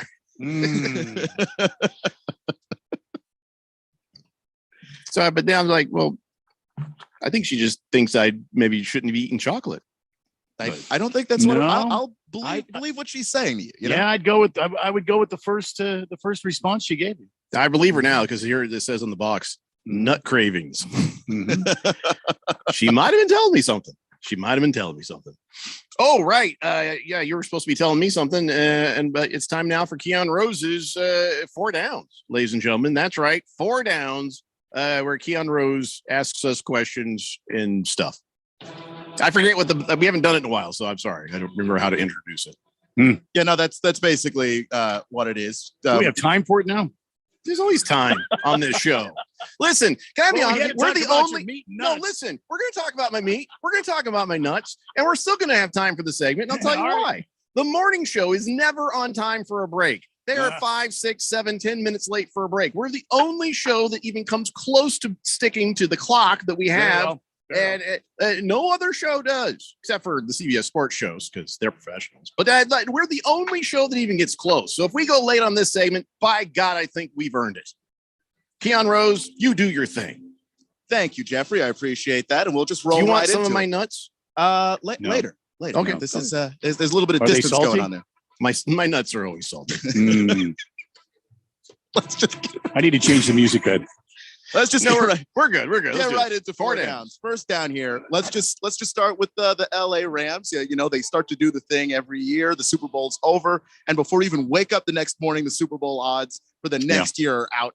And the Rams are, of course, in the mix for one of the teams to go back. So can the Los Angeles Rams go back to a Super Bowl? Yes, but I don't think they will. Here's an observation I had about this last Super Bowl. And it's not so much that the Bengals and the Rams won their way into that Super Bowl. I feel like both teams played other teams that lost for them to get to the Super Bowl. It wasn't so much that they were playing like this great football. I mean, yes, Joe Burrow does great. Yes, the defense for the Rams does great. But if you watch them through the entire season, you feel like towards the end, close to the playoffs and in the playoffs, they were playing teams that were failing. They were failing themselves. It wasn't so much that the Rams were so great. It wasn't so that the Bengals were so great. We saw the deficits on both teams. So can the Rams get back to the Super Bowl? Yeah, there's a chance, but I don't think that they are going to be in this next season in the same place they were this year. Every team lost more than they won. Every team the Rams played lost more than they won. And the Bengals pulled out some miracles, but they're in the same boat. They have problems that need to be fixed if they are going to be dominant again next year. What do you say, Randy? If it's my turn, I would have to say, so the question again is, will the Rams repeat as champions? Yeah, or will they even get back? Will they get back? Yeah, let me just read some names and figures to you real quick here. Von Miller, 19 million, 16 and 67. Darius Williams, 4,766,000. Sony Michel, Odell Beckham Jr. You see where I'm going with these? All those guys I just said, unrestricted free agents. Do they have the cap space to sign these guys, or was this a one and done for the Rams team? I think it was a one and done. I think they've got some mending to do as far as their team goes, and they've got some they've got some rebuilding to do. Quite honestly, they've got some rebuilding to do. They're losing a lot of talent to free agency. Yeah, I agree with that. When you have that many guys unrestricted free agents, it's tough to bring the band back together. Somehow the Buccaneers were able to do it, but to say that another team is going to be able to do that again, boy, that's really tough. And also, I think when you try to do this whole thing a second time, we saw it happen with the Buccaneers. You're asking a team to stay healthy a second year now to try and get back to a Super Bowl. I think that's incredibly difficult to do, and I don't think that the Rams make it back. Chamois is saying, Jeffrey, yeah, that's how the Rams won the Super Bowl. The other team loses. Well, that's what I'm saying. I'm saying other teams were failing and losing more than the Rams were winning. Right. Other teams were failing and losing more than the Bengals were winning. It was more about that they came across teams that just had their bad days. Key to Jeffrey's point, the interception that Matthew Stafford tried to give to the 49ers, and they simply did not take advantage of that. And then you could put to multiple moments in the Titans game where the Bengals could have lost, but the Titans didn't punish them for having a bad offensive line. So let's go ahead and get to second down here. And it's about the Bengals because we've seen this happen. Teams go to the Super Bowl and they have a little bit of the Super Bowl hangover. Will the Bengals experience a Super Bowl hangover? I don't think so. I think that Joe Burrow has shown himself to be the leader of this team, and I think this team does what Joe Burrow does. And I think if he goes into this next season without being a swagger, sort of a pirate walking around here, look what I did last year. I don't think he's going to do that. I think he's going to be down to business. I think he's going to lead this team back. And I think if the Bengals are smart, they pick up some guys in the draft coming up here and through free agency that can protect Joe Burrow from getting his ass kicked every time he's on the field. So I don't think so. Yeah, I agree. I don't think that the Bengals are going to have a Super Bowl hangover. I think they're going to have Super Bowl inspiration. They got this close with that little. And all they got to do is put some people in the right positions on that offensive line and maybe throw another good receiver out there. But I mean, he's pretty, maybe another good tight end. I don't know. It seems like all he needs is Jamar Chase and a moment for him to get open, and it's over. So no Super Bowl hangover for the Bengals. In fact, I think they are more likely to get back to the Super Bowl than the Rams are.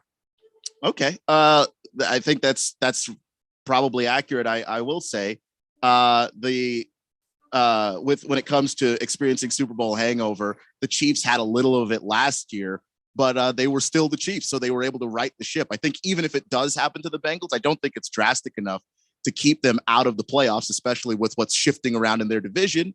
Steelers getting worse, Browns getting worse. Yeah, Ravens, we don't know exactly where they are with Lamar, so this is primed for them to have a division open enough for them to, even if they stumble a little to start, nothing too serious there. Let's get to third down because now we've got a bunch of teams that have some off-season adding to do. We talk about the Bengals all the time in that offensive line, but there are other teams out there who maybe don't have to do very much to become contenders. Which team has the least amount of off-season work to do to become a contender? I would say the Colts because all they need is a quarterback. But that's a pretty big thing. So I don't know if that's the least amount that you need to do. I actually had to turn around here and look at my wall of logos to try to think of another team that has the least amount to do. It just seems like every single team is missing a piece, right? I guess that maybe the Chiefs, they lost a game because Patrick Mahomes made some mistakes at the end. So they just need to get more fired up and practice harder. They probably have the least amount of work to do to get back to good, I think, to Chiefs. What would you say, Randy? Well, I'm just kind of thinking it over in my mind. What team would have the least amount to do? And I'm stuck between the San Diego Chargers or the Los Angeles Chargers. That's good. That's a good one. And the Buffalo Bills. Because think about it. Buffalo Bills have some work to do on their defense. But offensively speaking, damn, they were pretty good. They had a running game. They had a passing game. Josh Allen came on towards the end there. If they can stop some teams, I think they can be dominant. So I don't know which way to go. The Chargers? What was wrong with the Chargers? Bills. Well, I think the Chargers still have some work to do on that offensive line. Yeah. And I think their defense needs to be built up. Yeah, the defensive line for the Chargers, they've got edge rushers, but Brandon Staley, their head coach, defensive coach, he actually does a lot of interesting stuff with the interior line, and they don't have anybody could play. If they can get some guys like, in the interior of that defensive line, I think they would be a force to be reckoned with. And there are some dudes in this draft that'll absolutely do that. I'm going to go Baltimore Ravens. If for no other reason than the Ravens just have to get healthy. So their running game completely decimated by injury, secondary injury, defensive front injury, and then halfway through the season, Lamar injury. Yeah. A lot of what the Ravens have to do just to be a contender is just get healthy, get people who are good back out on the field and playing football again, because I've never seen a team get bit by the injury bug that bad where week after week you just go, this looks like a tour for a band, just the list that we're looking at, how long it is. It doesn't look like a list of injured players at all. So I would go Baltimore Ravens. All right. Jeffrey kind of answered this question on the hot seat. On the hot seat. On the hot seat. With his second question, but I will go ahead and ask it anyway. The fourth down question: which team is more likely to return to a Super Bowl? Is it the LA Rams or is it the Cincinnati Bengals? Yeah, like I said, Bengals. I'll just go ahead and I've already said that. So you go ahead, Randy. Bengals offensive line help. The defense has already proven that they're pretty damn good. I think you get a couple of key pickups there, but the offensive line, clearly, that's where you got to do your work. They've got a running game. They've got receivers. They've got some good tight ends, and then you got Joe Burrow. So give me the Bengals. And I was just looking at some mock draft stuff this morning. You see that there's some big offensive line talented guys that are going to be, even where the Bengals will be picking late in the first round, there's going to be some players available for them. So I'll go Bengals too, because the options are out there for them to retool. That's been 4 downs, and somehow actually we made it to break. Yeah, on time. And then one more thing about the Bengals, when they do go through that draft to get the offensive line, listen, you've got a team that went to the Super Bowl. It stands to reason you can do it again. Your big glaring thing is the offensive line. I'm going to go in there and I'm going to suggest to their GM, trade up and get the exact guys you want. If you got to give up some draft picks somewhere else, if you got to give up something else, trade up, get the best of the best. You take care of that offensive line. You got more than one Super Bowl trip in your future. Yeah, and don't be afraid to spend money in free agency as well. That would be my other advice to them, because you got Joe Burrow still on that rookie contract. And the reason why that's so valuable is because you can throw money at every other problem you have. Go ahead and do it. All right. Well, listen, we have a shload of texts on the text line. A lot of you with a lot to say, and I'm going to get every single one of you taken care of when we come back. It's the Daily Blender here on 1580 The Fanatic. Okay, you're back to dining out, but there's dining and there's dinnertainment. Get ready for an amazing dining experience like none you've ever had at Kasai Japanese Steakhouse in Scottsdale. When it comes to Asian cuisine, nobody does it better or more authentic than Kasai, where talented teppan chefs create the food, the fire, and the fun of teppanyaki. Choose from over 30 different items and combinations of teppanyaki, Asian fusion, and innovative sushi. Kasai Japanese Steakhouse. It's not just dinner, it's dinnertainment. A memorable dining experience where delicious 7-course meals prepared right at your table with flair. It's a perfect choice for celebrations, date nights, or a night on the town. Happy hour is always on fire and offered daily with specials on teppanyaki, sushi, cocktails, and more. Book your night of fun right now. Visit KasaiScottsdale.com. That's KASAI Scottsdale.com, or call 480-607-1114. That's 480-607-1114. We'll see you there.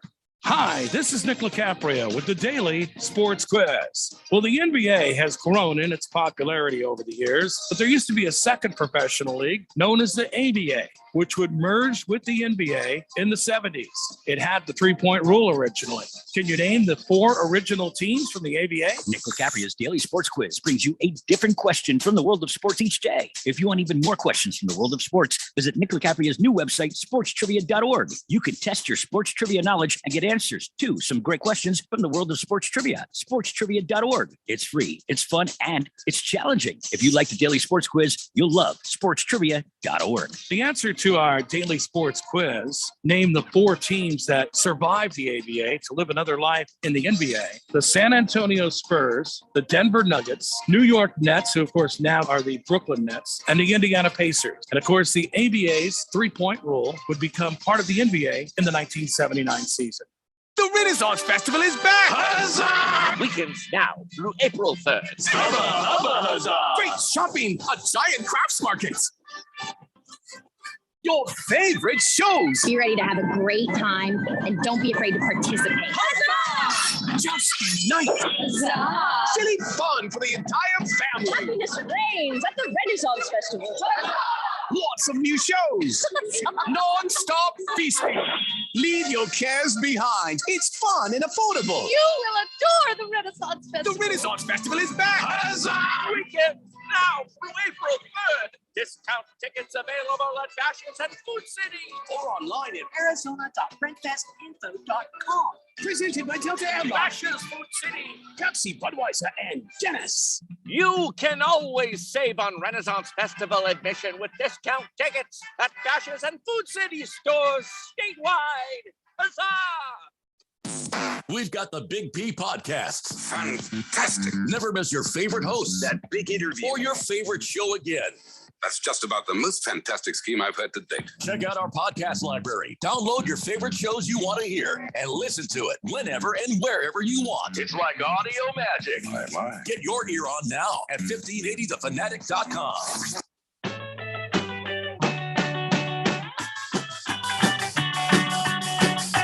It's the Daily Blender here on 1580 The Fanatic. And I heard that Renaissance Fair commercial there.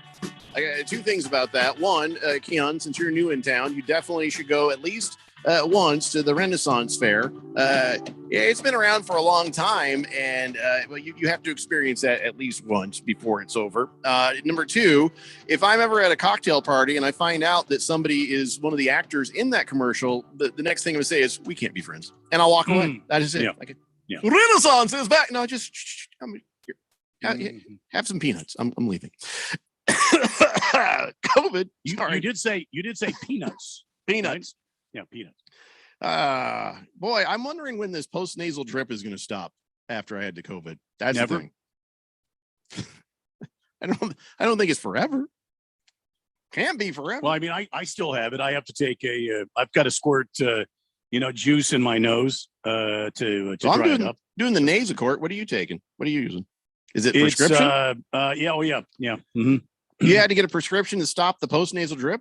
Oh, yeah. Oh, boy. That means I got to go back to the doctor. Oh, brother. I can tell you what it is, but I don't have it in front of me. Yeah, you can tell me later. We got it. We're kind of doing a show. By the way, we have a new texter here on the text line, 888-368-1580. It says, I never listen to Jim Rome. He's such a dumbass. All right. Well, listen, people either feel one way or the other about Jim Rome, don't they? They either love him or they hate him. I have not yet seen anybody in between on that. But, I'm sorry you don't listen to Jim Rome, but you're glad you're listening to us, 5970. Yeah. And since you're here, and you also 6906, we had two new texters here on the text line. Both of these new texters need texter nicknames. Well, the one that just texted in should be the Jim Rome hater. Jim Rome hater, I guess, if that's what they want. But here, listen, 5970, 6906, two new texters. This is your only chance in life to pick your own nickname and get away with it, because you can't pick your own nickname. Nobody will call you the nickname you want, because that seems desperate and douchey when you do it. Like, I want you to call me the Jeffer. And let me be like, what is wrong with you? Yeah. But also the nicknames that get chosen for you usually stink. Yeah, they're horrible. It's something that, like an embarrassing incident or something. Hey, pants peer, how are you? It's like, no, I just spilled a little drink. No, you peed your pants. Pants peer, pants peer. I hate junior high. That's not what we're doing here. You pick your nickname, and it can be epic. It can be silly. It can be weird.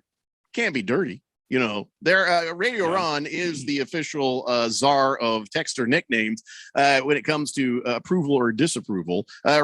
Randy, though, has a fine list of potential texter nicknames. Oh, yeah. If you need the assistance, can you rattle off a couple of the good ones? Oh, yeah, sure. There's Helly's Puppet, Ghost Proctologist, Mac and Cheese, The Pretender, the Champion of Texters, my personal favorite.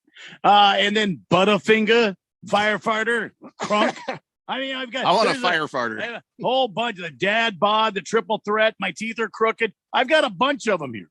I can help you out. Swave Dave says that guy should go by hell no, I won't roam. Okay. Hefty Lefty says, wow, Jeffrey hit that stripper salt too hard this weekend, huh? The nasal drip is a bummer. I don't know what you're talking about. Stripper salt? Is he talking about cocaine? Because I don't do the cocaine. But I don't have any experience with cocaine either, so I can't tell you. I also don't mess around with strippers ever. I've never been to a strip club, actually. But here's the interesting thing about it. I had a very good lucky moment. So yesterday, when I was wrapping a little bit of the present for my wife, and anybody knows me knows when it comes to wrapping presents, I'm not that good. So I opened up one of our, every family has the bags. You know, the gift bags. Mm-hmm. Did you just reach in and grab a pile of them? You store the right. pile? Yeah. So I grabbed one I think looks pretty good, and I put it all together, and I didn't know there was glitter on it. So then I ended up with some glitter on my face. And luckily, she knows I had not left the house all day because she's like, "Oh, you got a little glitter right there, huh?" And she was just kidding about it. But I was thinking to myself, if I came home with glitter on my face, no matter how innocent I am, there's going to be no convincing her. You know what I mean? Yeah. Yeah, it'd be a tough sell. I love Keon sitting there. I don't know what you mean. I have never. What are you talking about? What are you? Oh, please tell us, Jeffrey. What glitter? Where would one get glitter? On your face? Kindergarten class? I don't understand. The craft aisle at Walmart? What are these things called strip clubs you speak of? I've never heard of such a thing. I never spent any time in Atlanta. What are you talking about? What do they do? I never regretted handing my credit card to a girl. Baker's cocky hen says he never has been to a strip club, then proceeds to talk about rapping for his wife. I don't understand that. If you mean by rappers like strip clubs, but he's, I mean, I'll just feed him a beer. That's a stretch. It's a You know, stretch James Harden does. By the way, Baker's cocky hens is we were talking about the 4 down stuff about the Rams. He's like, Rams will make the playoffs. Bengals won't. Bengals will struggle against number 1 schedule in the AFC North next year. Bet the under, win the total the day it comes out. Rams would have won by 3 touchdowns if OBJ didn't go down. Rams will have Robert Woods and Kupp next year and Stafford, the real MVP. No, in that game, it was Aaron Donald, not Cooper Kupp. You were right that Cooper Kupp. Cooper Kupp is awesome, though. Seriously, Cooper Kupp ends this season with some astounding numbers. I have it over here somewhere. Hold on. Here it is. Well, he won everything.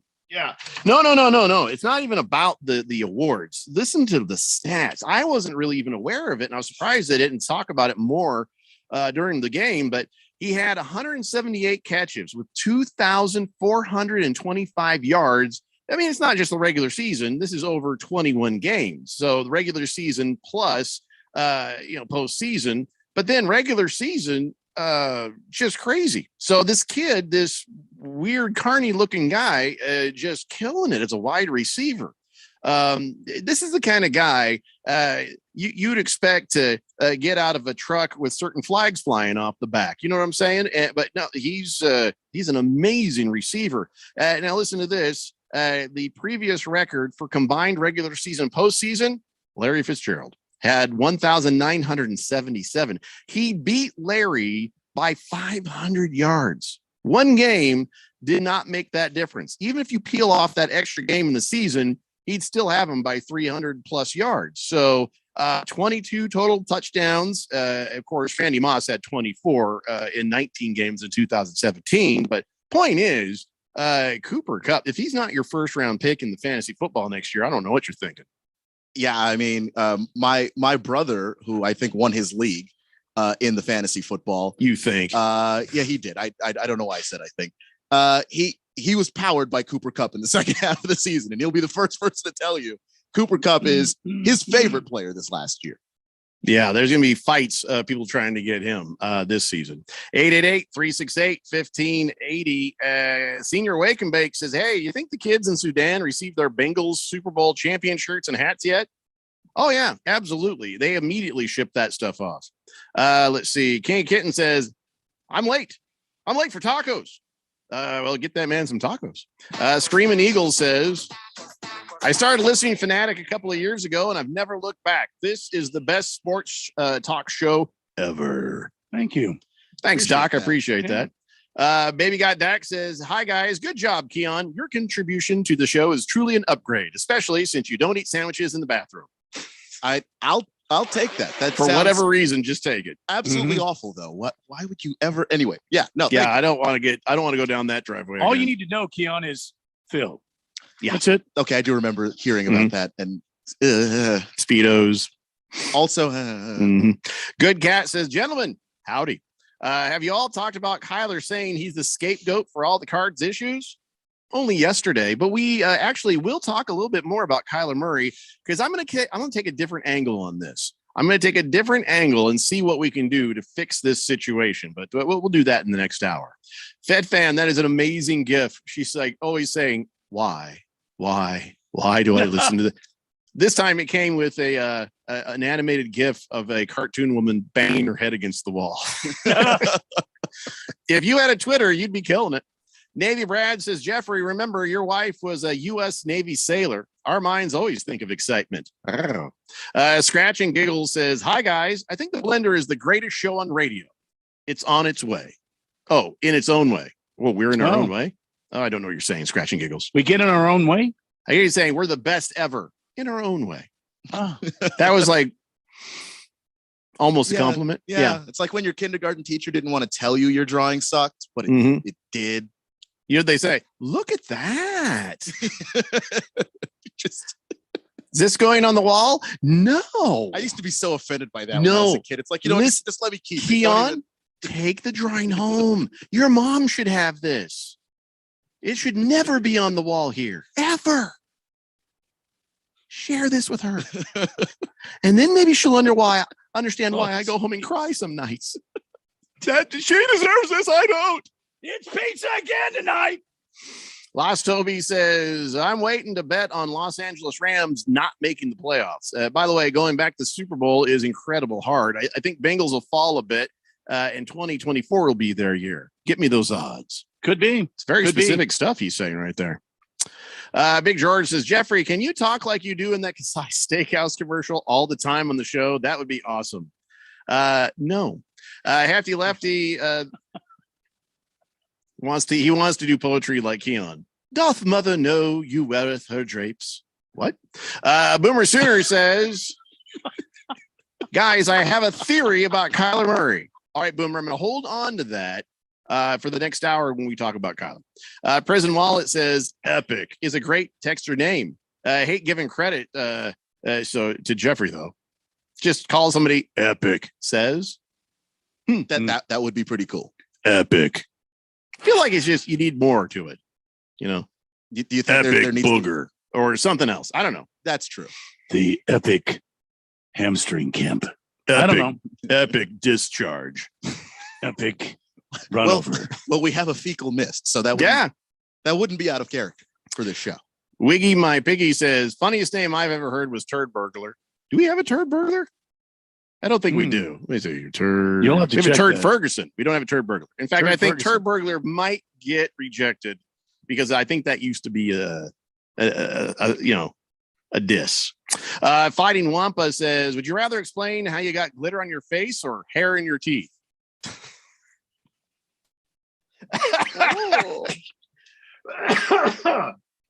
Why am I the only one laughing at this?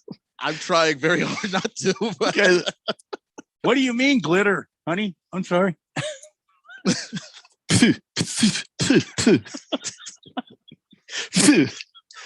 the last noise one of those makes before it hits the ground. We've lost Keon. I think I broke Keon. He can't even set his mic off.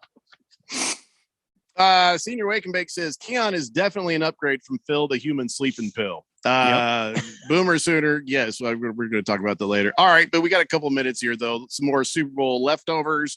The numbers are out on the ratings, and the Super Bowl had an estimated 101.1 million viewers, which is up from last year. All right, just guess, don't Google, guess which Super Bowl had the highest ratings ever. Oh, I thought you were going to ask me where this sat in place. The biggest Super Bowl ratings ever. I don't know. It's got to be a Patriots game, probably. I would say that Patriots Giants Super Bowl, the ruined undefeated season of the Patriots. I don't remember exactly what year that was. You are incorrect.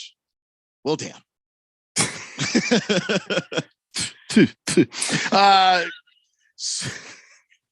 There he goes. This is why I tried not to laugh, because once I start, I can't. Super Bowl 48 in 2014, actually, when Seattle beat the living daylights out of Denver. It was on Fox, and they had 112.19 million. So 112 million that's plus. Not too far ahead. That's okay. All right. Quickly guess. The lowest rated Super Bowl ever. Probably my Cardinals taking on the Steelers. No, actually, that one did all right. I'm talking about Super Bowl II. They only had 39 million viewers. You know why? Well, because the year before it was on 2 networks and they had 50 million viewers. And then after they changed it to 1, I think it screwed some people up. And maybe Green Bay playing Oakland didn't wow anybody then. But all right. Also, there were only 40 million people on the planet. That also has a lot to do with it. Yeah. Yeah, back in 1968, there was literally 41.5 million people on the planet. Feel bad for that half person. And nobody in Scotland knew about the NFL. Yeah, you probably should Google what I'm saying. I'm sure I'm right, though. It's the Daily Blender here on 1580 The Fanatic. The Renaissance Festival is back! Weekends now through April 3rd. Great shopping on Giant Crafts Market. New shows featuring sea fairies, mermaids, and merriments. Non-stop feasting and more. The Renaissance Festival is back. Weekends now through April 3rd. Discount tickets available at Bashas' and Food City or Arizona.renfestinfo.com. Presented by Delta Airlines, Bashas', Food City, Pepsi, Budweiser, and Guinness. Business people like it straight and to the point. So here it is. Bruce Jacobs here to tell you take control of your utility expenses by calling Harmon Solar right now. They can save up to 80% on that monthly electric bill with 0 down and no payments for 12 months. Level your energy costs, protect yourself from inflation. How's that for straight and to the point? Here's more. Harmon Solar is a local family-owned company that uses top-of-the-line equipment. Call Harmon Solar 800-281-3189 or go to harmonsolar.com. Without education, poverty follows a family one generation after the next. But College Bound AZ provides educational pathway to students starting in the 7th grade and turns dreams into degrees. Your support provides laptops and other things to ignite that journey. To help, Chicago Fest West happens Saturday, March 19th at Mesa Convention Center, and the proceeds benefit College Bound AZ. It's a celebration of Chicago during Cubs spring training through music, food, a classic car show, and more. Get your tickets at chicagofestwest.com today. Are you paying too much for term life insurance? There's a tremendous price war among the major term life companies. Rates have dropped dramatically in the past 2 years. For example, a man age 45 non-tobacco user, $1 million of coverage is only $75 per month, level for the next 10 years. Or a man age 50 non-tobacco user can buy $500,000 of coverage for a monthly premium of only $110, guaranteed not to change for the next 20 years. That's right, level rates for 20 years. And if you're a smoker, we have great rates for you as well. At the Term Lifeline, we specialize in policies of $500,000 and above. So if you're looking for new or replacement term life insurance, call right now for a free quote. Rates and availability may vary by state. Sample rate quotes are based on preferred non-tobacco underwriting exam required to qualify. 800-807-1981. 800-807-1981. 800-807-1981. That's 800-807-1981. Distracted driving is dangerous, Arizona. When you pick up your phone to send a text message, you're putting lives at risk. When you pick up your phone to take a call, you're putting lives at risk. When you pick up your phone to check an email, you're putting lives at risk. And now, when you pick up your phone while driving, it's also against the law in Arizona. Don't get a ticket. Don't pick up your phone. Sponsored by Arizona Chapter, National Safety Council, and Governor's Office of Highway Safety. KQFN Tempe. Also transmitting on K25CD Phoenix at 99.3 FM. And K24EU Fountain Hills at 95.9 FM. It's time for the third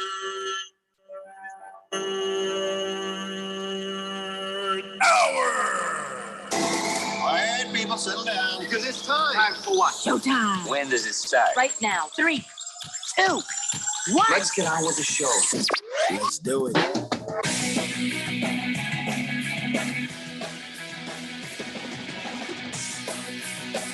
All right, everybody, it's 5 o'clock here on the Daily Blender. I'm your good friend, your radio pal, Jeffrey O'Brien, alongside my heterosexual life partner, Randy White. We got Keon Rose in the control room, and you guys are on the Fanatic text line, 888-368-1580, as we broadcast live in the Harmon Solar Studios in Scottsdale. Radio Ron just sent me a text, and he says, DraftKings has got the best promos. He says, I got a 100% profit boost in an NBA parlay bet right there. I guess what that means is he had I guess a 10 parlay bet with a bunch of different things in there, and it was at plus 1,000. But with this promo, he turned it into plus 2,000 and $20 to get him 420 if it hits. And he says, I said, well, that's a hell of a bet there, Ron. And he knows what I mean by that. That means, are you crazy? And he says, no. He says, all the parts of this parlay is under the averages of the players he picked. So because of that promo, and he is pretty good at the parlays, this has a pretty good chance to hit right there. But listen, if you still haven't downloaded DraftKings.com, you should. It's an awful lot of fun.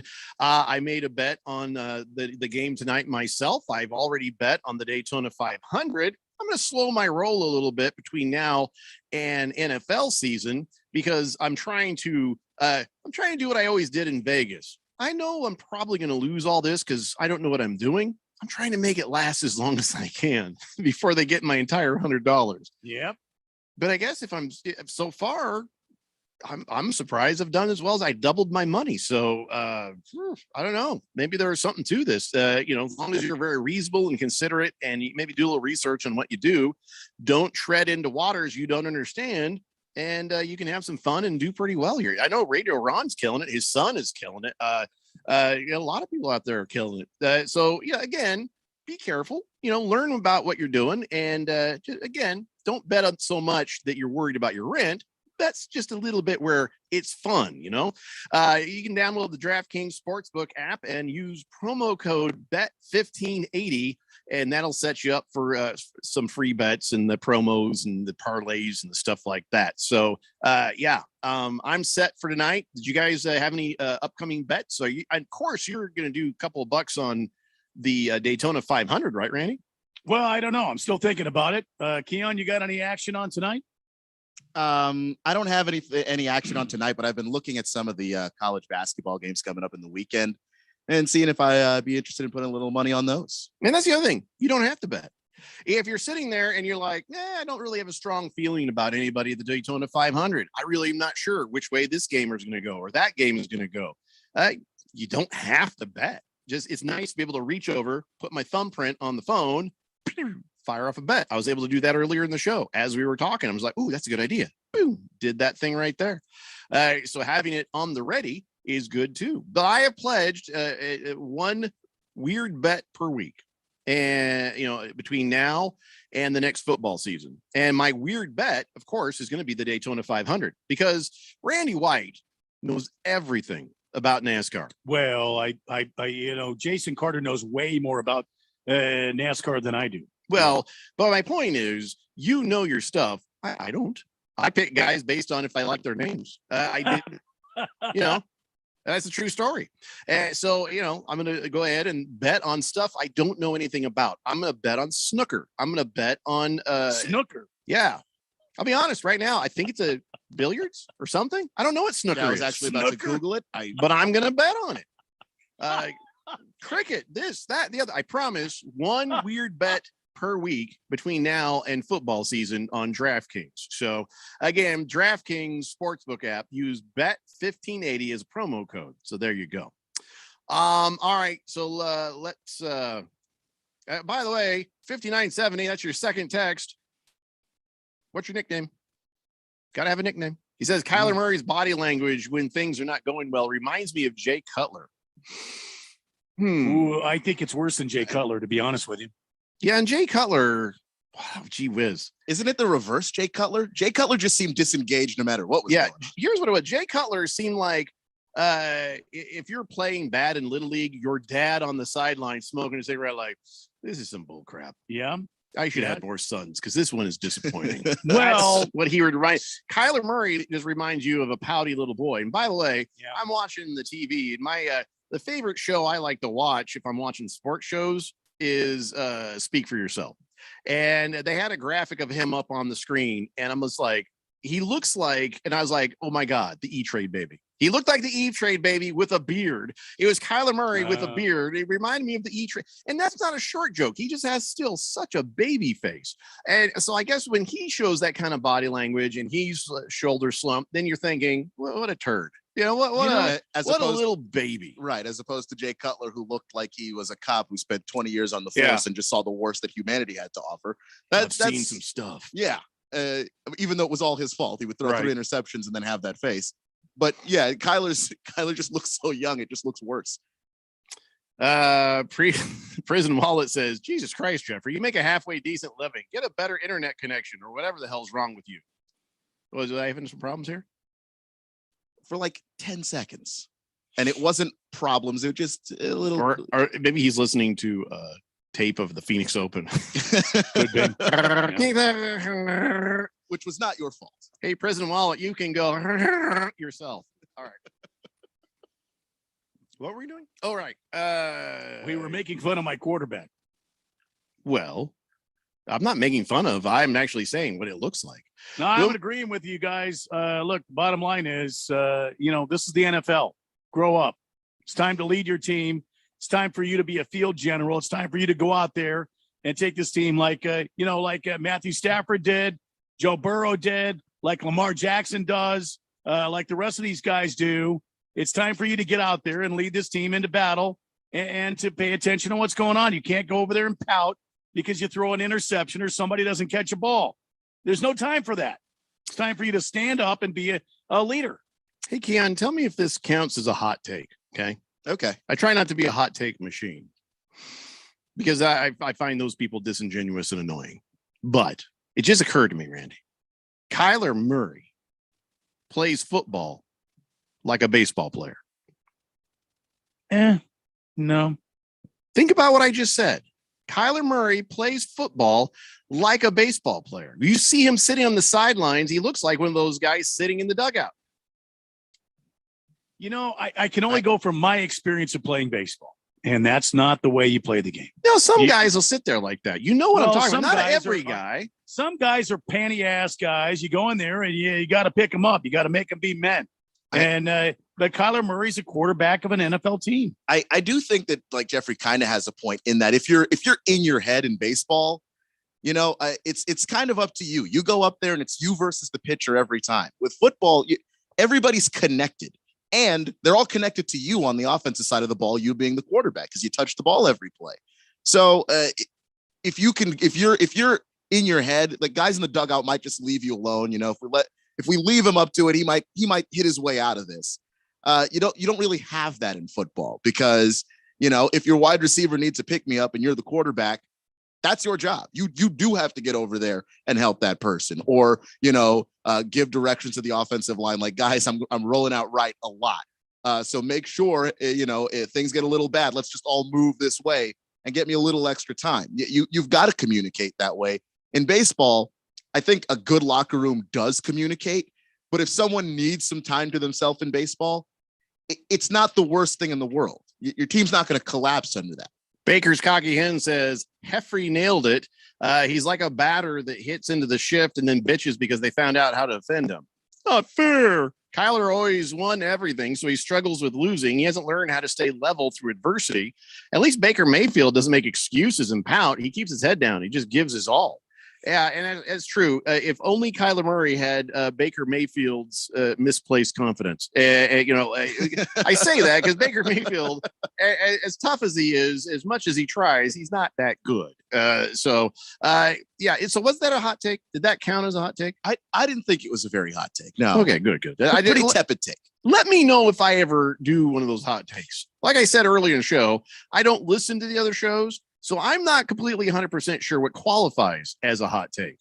Have you ever heard a hot take on this show? On this show? Yeah. No, I think we do a pretty good job of avoiding that because I like you said, they're disingenuous. And personally, I find hot takes to just be pretty boring. Like you just say the wildest thing you can think to say. Okay, sure. Anybody can do that. Thinking through what you want to say and saying something that actually has meaning to people takes a little more work. Okay. All right. Well, just I haven't heard it on this show. No, keep us grounded because Randy and I, we sometimes we can get ahead of ourselves. What about every one of my Cardinal predictions? I was just thinking that those are not hot takes. I think because we know you're always going to pick the Cardinals, and part of it is that it's an epic rant, and you mean it. The context of it doesn't make that a hot take. Where I can think of a few hot take artists on TV. So you're saying that when the Cardinals take the field against the Sheep Herd next season, it's going to be an absolute ass kicking as the Cardinals come out and want to prove a point. Is that what you're saying? You're saying that's not a hot take? No, I think a hot take would be, I have sources telling me, and I think that this is what's going to happen, is that next year, Matthew Stafford will be both coach, general manager, and owner of the Los Angeles Rams. That's what's happening next year. Jeffrey, they don't work here anymore. Yeah, well, no, but they were my inspiration for that. Is that a hot take? Yeah. That is very much a hot take. Yeah. All right. So now we know. Now we know. All right. So let's have the conversation. And this is the direction I want to go, because Kyler Murray came out, as you all know, and he tried to defend himself, saying, all of this nonsense is not what I'm about. Really? Because you're the one who started the nonsense. But okay, let's just pretend Kyler Murray is right. That's going to be hard for most all of us. But let's pretend Kyler Murray is right. If it really is everyone else's fault, if it's totally 0% Kyler Murray's fault, what does Kyler Murray need from the Cardinals to succeed? How can they change that team to help him be successful? What does this brat need to win? Keon? Well, I think you got to start with the offensive line. There are issues there. And if you want your quarterback ultimately to be the kind of quarterback who's delivering passes on time and on schedule, as good as Kyler is when the play breaks down and as good as he is outside of the pocket, sometimes you need to stand in the pocket and throw strikes. And there have been offensive linemen that you can build a team with a quarterback who's a little bit shorter. Drew Brees and the Saints, they had guards who were so big, they would just simply push the defensive tackles out, and then Drew's looking right down the middle of the field. He doesn't have to move anywhere. Maybe you do a little bit more of that with the Cardinals.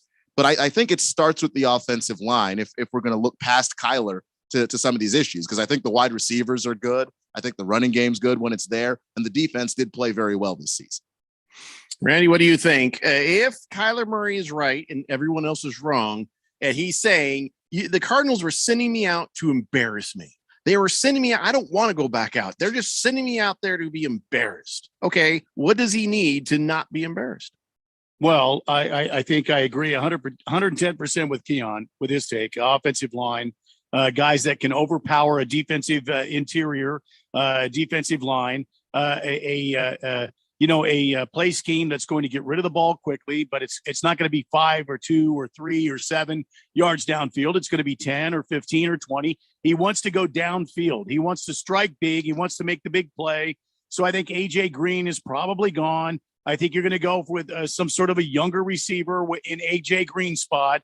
And then there won't be any excuses, in the Green Bay Packers game, why Kyler Murray was so flat and why the Cardinals were so flat and AJ Green missed that pass because he didn't hear him or whatever the excuse was. He didn't catch the ball.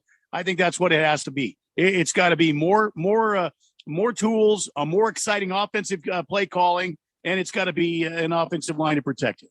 So again, I'm not asking what you think the Cardinals need. I'm asking what Kyler Murray needs. That's the way I answered the question. So then you're saying all he's thinking is, I need a better offensive line, an offensive line that can give me 7 seconds to throw the ball instead of 2 or 3, which everybody else generally does all right with. He needs 7 seconds. He needs an offensive line that is good enough to hold people back as he drops back 10 yards instead of the 5 that it helps keep the pocket intact. So he also needs the Cardinals field to be like this, tilted down to the 50-yard line from either side. So if he's up here, he can see a guy down the field here. And if he's down here, he can see somebody up there. I don't know about that. I don't know what he sees, but it's like Keon said. Drew Brees is a shorter quarterback, 6 foot tall or under, and pushing guys to the outside so that he can see the throwing lanes. He's got to be set up in throwing lanes. He's got to have perfectly clean set up throwing lanes so he can make plays. Nobody else has that. Nobody has that. I mean, and if that's what it takes for him to be successful, the best offensive line that ever played the game, he's never going to succeed. Well, I mean, the question on the table is, what does Kyler need? What does he think he needs? But the thing is, some offensive lines can be designed to do that. I mean, you look at the Ravens. The Ravens have an offensive line that doesn't function like anything else in football. They're a running offensive line. All they do is run block. They're not that great at pass protection, but that's okay. Lamar's their quarterback. They've built their offensive line for what he does. So Cliff Kingsbury, Keim, they need to sit down in this offseason, again, if Kyler's right, and this is everybody's fault, and say, hey, what does our offensive line do relative to what our quarterback actually does, and go out and get some guys that do that. Because you're not trying to build the greatest offensive line necessarily, just an offensive line that suits what your guy does. And it doesn't really do that. All right. So does he want a new coach? Do you think he needs a new coach? Does he need a new GM? I definitely think he needs a new coach. But well, we think he needs a new coach. But does he feel like is he? Do you get the idea he's disconnected from Kingsbury? I don't think so. I don't know if he's disconnected or not. But right now, it's after all of his behavior this week, and I won't. I'm not going to try to speculate. All of his behavior this week kind of signals to me that he does not like the current Cardinals administration. Yeah, he was asking like, "Hey, are we going to get a max contract?" And they were like, "Yeah, not so much." And now he's butthurt over it, and he wants a trade. I will say I don't look at Cliff as that kind of hands-on, get in tune with your players kind of coach. And I'll give an example, I guess, from basketball. I mean, DeAndre Ayton. I might be looking at DeAndre Ayton the way that you and Randy and a lot of people who I think are rightfully more critical of him are. But he's got a Monty Williams who gets in his ear, who gives him that motivation, who goes, hey, no, you can do this. Don't get down because you messed up one play. Cliff Kingsbury's not exactly that. And so maybe even though Kyler may not think he needs that, because he hasn't said anything about Cliff, so I'm not going to assume that means he hates him or anything.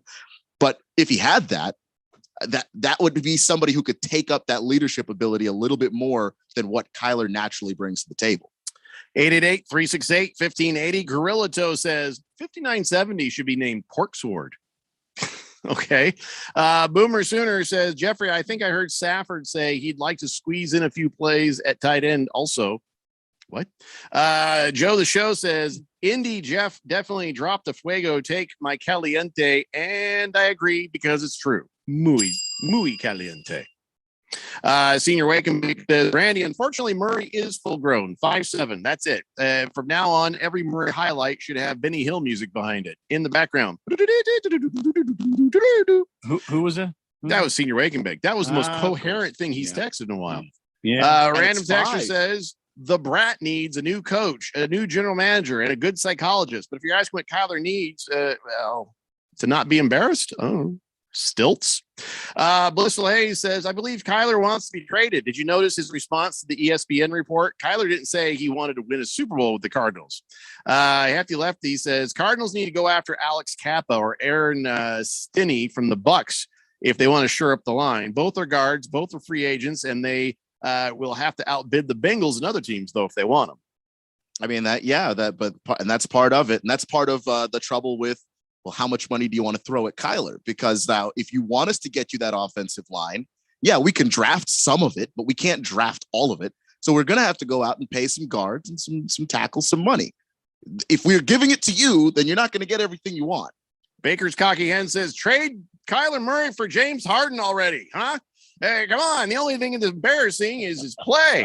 Face it, guys. Kyler Murray is the reason Larry Fitzgerald didn't come back. He didn't want to put up with an entitled little biatch who couldn't get him the ball. Bengals trusted Burrow and got him Chase. Murray is still crying because they didn't get him CeeDee Lamb. Well, we don't know that, and that's speculation, and I refuse to believe speculation. I also refuse to believe that Kyler Murray doesn't know that the Cowboys picked before the Cardinals did, and therefore could not have gotten him CeeDee Lamb.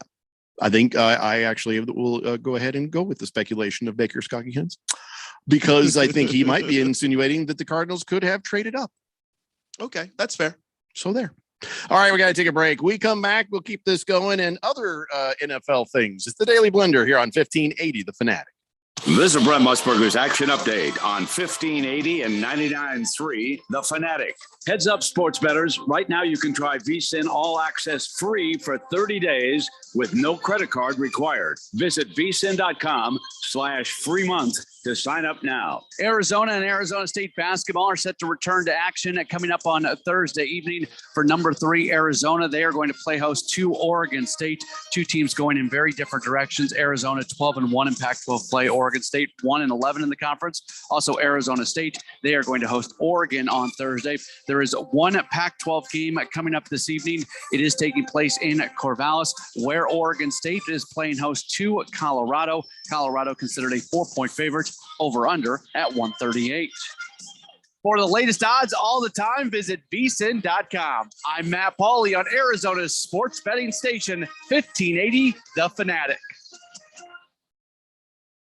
Sure, we have 30 seconds to tell you that drivers who switch to Progressive could save big. But then what? Well, we could try to fill the remaining time with awkward pauses. It's often done for comedic effect. Is it working? I can't tell if this is funny. Maybe this is so bad it's funny. Wow, we really peaked at the save big when you switched to Progressive part. Progressive Casualty Insurance Company and Affiliates. Without education, poverty follows a family one generation after the next. But College Bound AZ provides educational pathway to students starting in the 7th grade and turns dreams into degrees. Your support provides laptops and other things to ignite that journey. To help, Chicago Fest West happens Saturday, March 19th at Mesa Convention Center, and the proceeds benefit College Bound AZ. It's a celebration of Chicago during Cubs spring training through music, food, a classic car show, and more. Get your tickets at ChicagoFestWest.com today. We're on a mission to connect every Arizona service member, veteran, and their families to the support and resources they deserve. If you or someone you know needs assistance with benefits, health care and wellness, employment, or housing, visit connectveterans.org or call 866-4AZ-VETS right now to learn more. This message is brought to you by the Arizona Coalition for Military Families, the Arizona Department of Veterans Services, and Arizona's Be Connected partners. The old way of living with diabetes is a pain. You've got to remember to do your testing, and you always need to be sticking your fingers. The new way to live your life with diabetes is with a continuous glucose monitor. You simply apply a discreet, easy-to-use sensor on your body, and it continuously monitors your glucose levels, helping you spend more time in range and freeing you from painful finger pricks. If you test your blood sugar at least 4 times per day and inject insulin at least 3 times per day, or use an insulin pump and have private insurance or Medicare, you might be eligible for a CGM with little or no cost to you. Call U.S. Medical Supply today for a free benefits check. We offer free shipping, 90-day supplies, and we bill Medicare or your insurance directly. Call now and say goodbye to finger pricks. 800-438-8173. 800-438-8173. 800-438-8173. That's 800-438-8173. College basketball is on the Fanatic. Are you ready for the madness? GCU is charging through the WAC on a collision course for the big dance. Catch their games live on the home of GCU basketball. We catch up with the best the NCAA has to offer. When it comes to college basketball, we are your home for all the action. 1580 and 99.3, The Fanatic, and always on at 1580thefanatic.com.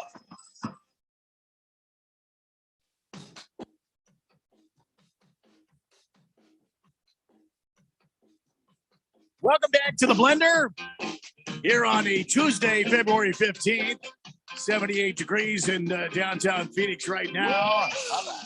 If you've been missing football, you can still turn every Thursday into payday with the NBA on TNT on FanDuel Sportsbook. Doesn't matter if you win or lose. FanDuel getting all customers $10 back every Thursday. Just bet a $10 bill or more same game parlays on any NBA on TNT game. There's so many NBA market options. You can look at player point totals, rebounds, assists, money line, over under, point spread. I mean, the list goes on. You can root for your favorite players. You have a chance to put a small bet down and win big on these parlays. Odds are high, which results in great payouts. It's the perfect way, again, to take a $10 bill and turn it into something huge. And win or lose, you're guaranteed to get $10 added to your account from the good folks at FanDuel. And listen, it's easy to sign up. It took me about 90 seconds on this very radio program to sign up. It's easy to deposit. There's many different ways to do it. They've got live betting going on, so you can join into a game as it's happening. You don't have to make your bets just before a game. You can join in with live betting. You can make even more money that way. Get $10 back every Thursday, win or lose with TNT Thursdays. If you're new to FanDuel, sign up with promo code Randy1580 and make every moment more this NBA season. That's promo code Randy1580 exclusively on the FanDuel Sportsbook app. Remember, you got to be 21 or older and present in Arizona. Bonus issued as a non-withdrawable site credit that expires in 7 days. Max bonus $10. Restrictions apply. See terms at sportsbook.fanduel.com. Gambling problem? Call 1-800-NEXT-STEP or text NEXT STEP to 53342. Jeffco. Pro Dog. That is the texter nickname that he has decided on. 5970 He says Pro Dog, and he says Kyler Murray needs a strong, healthy running game.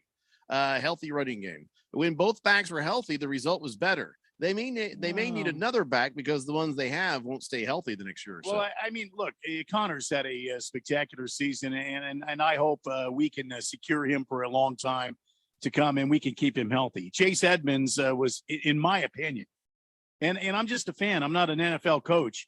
In my opinion, I don't think he was used correctly.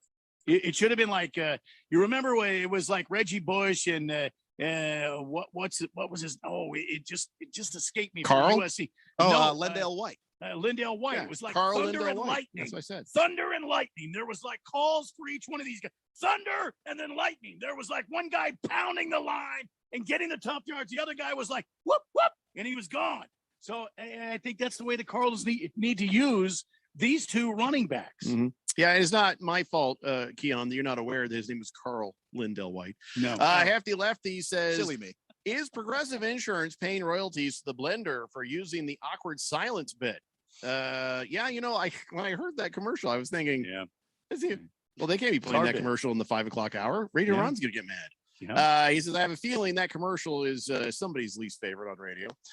Jet says, the saga with Kyler Murray has me pulling my hair out. But at least we're on all the major news networks right now. Arizona is. I think they just need to bring him in the office, sit his ass down, smack him around a little bit, explain to him what they're going to do and how they can afford a line for him while not paying him as much as he thinks he deserves. Yeah, Bob Saget has nothing to do with our program. Did that last texter say Saget? No.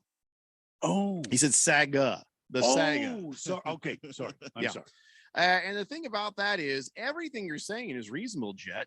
But the only thing Kyler Murray is worried about is that he is not going to get paid what he thinks he deserves. That's the only reason he would be pouty right now. And I'm sure he's not happy with the offensive line situation. And maybe he's not even happy with the coach. But numero uno in the conversation is how much he's going to get paid. I guarantee it. If you look at what Josh Allen, like what happened to him when he got paid, the way things ended for the Bills, things were looking up for that offense. Things were looking up for Josh Allen. When Patrick Mahomes got paid, it was coming off a Super Bowl. So if you want that kind of money, you can't have a season end the way it ends. Even if you lose, if you go down swinging, that organization is more likely to give you some money than I'm afraid they're embarrassing me. I'm not going to write a check for a guy who's slumped shoulders and not giving his all when it matters the most. Yeah. Exactly. And can I say this? What has Kyler done to earn that top level paycheck? That's the only question. He has a losing record right now as a quarterback. Well, I'm just saying, what has he done to earn the top level? Just because he shows up and parks in his spot, marked Kyler Murray, doesn't mean we're going to give him $45 or $50 million a year. Has he won a playoff game? No. Thank you. Does he have a winning record as a quarterback? No. Thank you. And on a team that's pretty damn good, especially lately, been stacked the last couple of years. Yeah, I mean, if it was a situation where you're a Matthew Stafford stuck in Detroit, I can understand that. This ain't Detroit. This team's put together to do some damage, and there are things you can nitpick about Kyler Murray's performance over the course of this season. His performance as a quarterback in the red zone, horrendous. I mean, just truly awful, especially in the second half of the year. And I know a lot of that has to do with losing Hopkins, but he doesn't play well under pressure. Oh, come on. Great quarterbacks find a way to get it done. And I assume that that's who you want to get paid like. I'm not going to say it's all his fault either. I'm not saying it's all his fault, but all of these things that Keon is saying, that Randy is saying, the super fans are saying, they're all legit. They're all legit digs on Kyler Murray. So the fact that the Cardinals head office is saying, yeah, about the max contract, we need to see more. Well, you're right, Randy. We had that conversation about DeAndre Ayton. Can I tell you out of the two who I think deserves more? DeAndre Ayton. Yeah. Absolutely. Good Cat says, am I a bad person for not missing Phil? No, you're not a bad person for that. Some of your other texts, though, you are a bad person. Baker's Cocky Hen says, Simmons went 8th to the Cards. Lamb went 17th to the Cowboys. Oh, yeah. What about that, Randy? Well, okay, they were trying to do something about the defense. I guess it had to have been about the direction of the Cardinals. So what you're saying is Kyler Murray wanted CeeDee Lamb. Steve Keim said, no, we need this defensive player. Okay. So my question is, you don't want Simmons on your team? I mean, to me, he's been a damn good player for the Cardinals. To me, I mean, in clutch situations, Simmons did everything he could. I mean, if anybody deserves a damn max contract, it's Isaiah Simmons. That is correct. And I appreciate the correction on who got drafted where. Yeah, I just you looked at that team and you went, okay, we've got ways to get wide receiver. And we see this in the league. Teams are not going to swing that hard at a wide receiver because they're quite frankly not that hard to find. You can get high level guys in the second round. You know, like where Cooper Kupp got drafted, I believe. Like Andy Isabella. But what you can't. Yeah, he was a prize picker. Yeah. What I'm saying here is Time doesn't know how to draft. It doesn't always work. Isabella. But you all can, the speed, no hands. but you can find him, and you know what? Sometimes you got to swing at it. But when it comes to a player that can do as many things on the defensive side of the ball as Isaiah Simmons can do, you do not pass on that player. You just don't do it. Andy Isabella seems like a good kid, and he is super fast. But you do get the idea that he put the stickum on the inside of the gloves. Like they didn't teach him properly how to do that. Andy Isabella. Breathe it in, guys. Breathe it in. No, I'm good. I got allergies. No, thank you. Fed Fan says, what's amazing is that Keim was an offensive lineman and yet sucks at signing good offensive linemen. Well, look at the Broncos.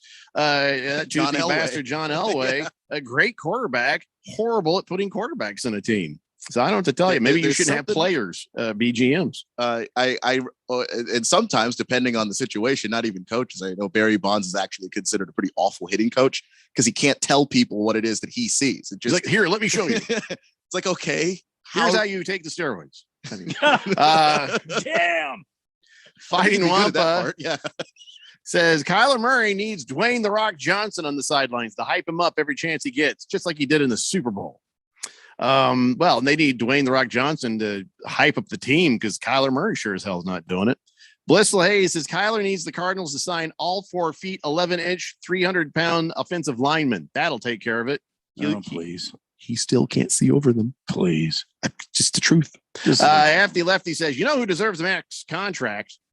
Larry. Retroactively. Pay him an ownership stake. Take care of Larry. Well, I mean, Larry has been paid very well. Larry is very comfortable. Larry is bought into, part of the Phoenix Suns. Larry is very well and very comfortable. Larry is fine. Senior Wake and Bake says, I second that motion. You take Kyler Murray in that office, you sit him up in his high chair, and you smack the crap out of him. Yeah. You're not going to get any more whistles, Senior Wake and Bake. Those days are gone, at least for the moment. I mean, yeah. So what do you guys think? Heart of hearts, right now, as we said, they resolve this with Kyler, or is Kyler going down the driveway? Well, I mean, I just don't know what to say. I am beside myself that this kind of report came out. I am absolutely so disappointed. I don't even want to talk about it. So, Keon, I'll let you. I don't know what's going to happen. If Kyler Murray is this much of a crybaby, go get your ball glove and your bat and go play baseball. Get the hell off my team. Put Colt McCoy in there and wait until the next great quarterback comes down the road. That's what I have to say about it. Keon, what do you got? I think that he stays. It is cheaper and easier to resolve this tension with Kyler and figure out some direction than to try and get another quarterback just because of how difficult it is to do. You could be ride this out with Colt McCoy, be your bridge quarterback going to next year. And who's to say any of those quarterbacks are worth drafting where you're drafting, or if you draft one, if he pans out, somebody else might get Joe Burrow, someone else might get Justin Herbert, and then you're stuck with Tua, who I like, but he's clearly not those two guys. So I think it's easier to resolve this. And I think that the organization knows that too. But who fixes this?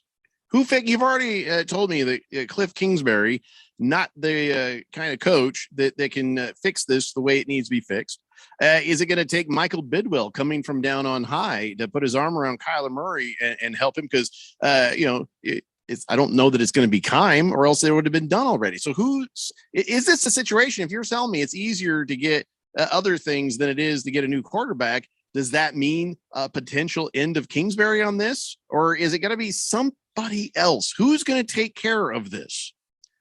Well, that's the part I can't tell you. I mean, as for solving the tension right now, because I think that's like a two-part question, right? Like right now, you can resolve the tension and say we'll come up with something, and then look to the future.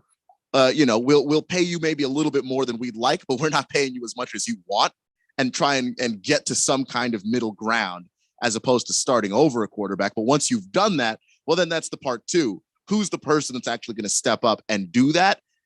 Boy, hell if I know. So we were out at the Waste Management Phoenix Open last week, and every time I was on mic and we would talk about Kyler Murray, I got people walking by. And these were Cardinal fans. People just walking by going, get rid of him. He has lost the fans. He has lost the fans. It sounds like he never had the locker room. I feel like this is probably, they gotta ship him out. They gotta give him over to somebody else where he can get a fresh start, maybe get his act together, and a place where the Cardinals can try to right their own ship. But you're right. Who is this quarterback going to be? Unless you do a trade with a team that has a quality quarterback, like Russell Wilson, some sort of a trade in that situation. They need to rebuild the Seahawks anyway, But I doubt they'd move Russ inside the division. So, right. Well, you're moving Kyler in the side of the division. It's the same kind of thing. Yeah, but I think the Seahawks would look at the Cardinals and go, do we think that they become a better football team with Russell Wilson? Well, okay, that was just one example. The point is Cardinals need to trade Kyler Murray if they want to continue and go, because I don't see this being fixed. I don't see some miraculous conversation happening that suddenly Kyler Murray's like, I'll be better. And the coach saying, and I'll coach better. And the team saying, and we'll defend you better. I don't see that happening. I think that it's time to move on, and I'm not a Cardinals fan. I'm just on the outside. But I feel like the fans are at this point, at this moment, ready to move on. I think that if you guys don't, Randy, I feel like you've got a whole lot of years of bummer in the future. I'm ready to rebuild.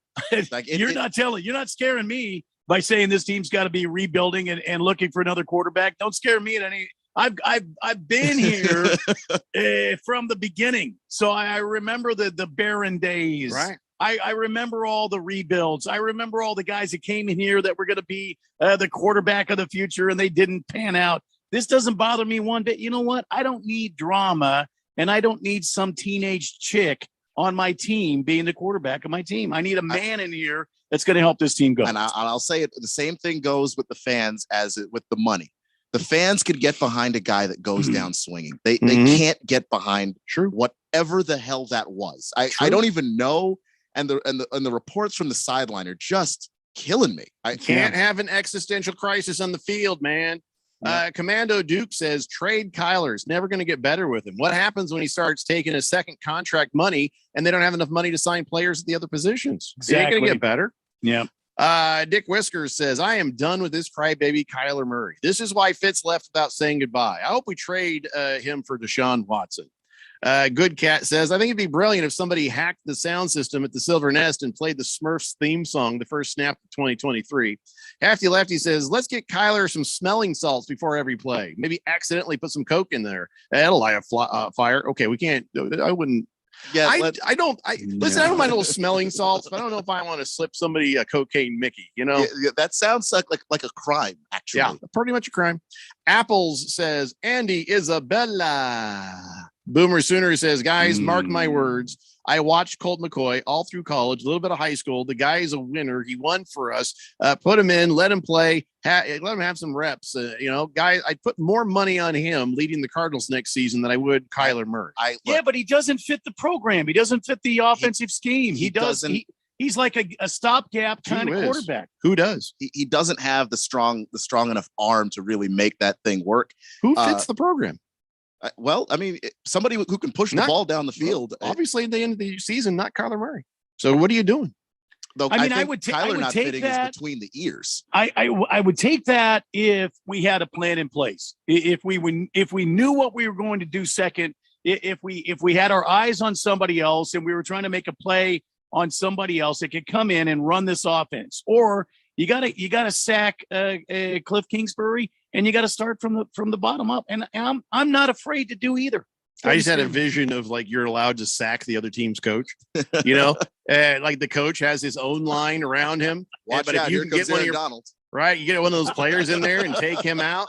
I have a whole new version of football going on in my head right now. Is not afraid of shoving people on the sideline anyway. Oh yeah, he'll choke a guy. He's like Wayne Brady. He'll choke a guy. It's the Daily Blender here on 1580 The Fanatic. Westwood One Sports presents this special update on the 2022 Winter Games, sponsored by Progressive Insurance. Drivers who switch and save with Progressive save over $700 on average.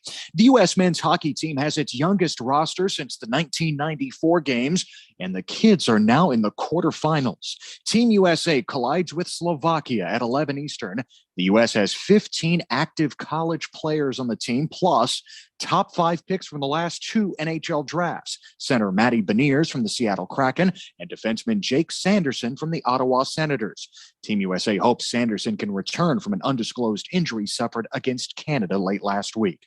Michaela Schifrin confirms she'll add a 6th event to her schedule in Beijing, the mixed team downhill. Schifrin still looking for her first medal of these games. Tomorrow she races in her best event, the combined. With this Winter Games update, I'm Ted Emmerich, Westwood One Sports. Hi, I'm Flo from Progressive. Being a baseball fanatic like me can be stressful. It's not all sports points and touchdowns. So Progressive is going to help you take your mind off your team for a moment. Instead of thinking about how they missed that goal point score, think about the Name Your Price tool from Progressive, letting you choose coverage options based on your budget, unlike your team that missed the end zone net area. Well, anyway, hope this distraction about Progressive's Name Your Price tool was helpful. It sure kept me from thinking about all those penalty balls. Yay, sports! Progressive Casualty Insurance Company and affiliates. Price and coverage match limited by state law. My heart was racing just making spaghetti. I could have waited to tell my doctor, but I didn't wait. I was short of breath just reading a book. I could have delayed telling my doctor, but I didn't wait. They told their doctors and found out they have atrial fibrillation, a condition which makes it about 5 times more likely to have a stroke. If you have one or more of these symptoms, irregular heartbeat, heart racing, chest pain, shortness of breath, fatigue, or lightheadedness, this is no time to wait. Contact your doctor. Brought to you by Bristol-Myers Squibb. Seems like everything is going electric these days. Electric cars, electric trucks. But what you save on gas, you pay for with that electric bill. With all these things being plugged into your house, wouldn't it be nice to save up to 85% on your monthly electric bill? Well, you can do that with 0 down and no payments for 12 months. Call Harmon Solar. Harmon Solar is a family-owned, woman-owned local company that uses top-of-the-line equipment. Call Harmon Solar, 800-281-3189. That's 800-281-3189. Or go to harmonsolar.com. Contractors, listen up. This is Bruce Jacobs. Are you missing out on jobs due to lack of bonding? When your current bonding holds you back, call Arizona's #1 bond managers at Constructors Bonding. They have the market relationships and expertise to take you where you want to go, serving all types of contractors of any size and license in all states. When you need better bonding, call Dave McKee at Constructors Bonding, 602-432-5929, or visit cbialliance.com.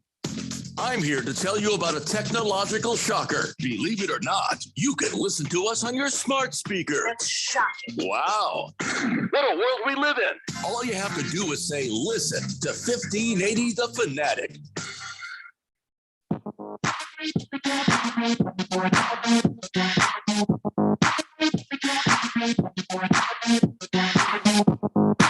Blender here on 1580, The Fanatic. And of course, we got your college basketball all over the place.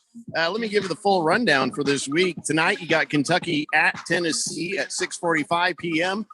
Tomorrow night, GCU's got California Baptist at 7:45 p.m. Saturday morning, you've got Texas Tech at Texas at 10:15 a.m. Then that afternoon, 5:45 p.m. on Saturday, you got GCU and New Mexico State. So there's a bunch of college basketball. And if you're thinking to yourself, oh, that seems like an awful lot of college basketball. Well, you ain't seen nothing yet. We've got so much college basketball coming, your brains are going to fall out. They're literally going to fall out of your head. You might want to have somebody nearby to retrieve them and ploosh them right back into your head, either through your ear hole or wherever it comes out, because we have all of March Madness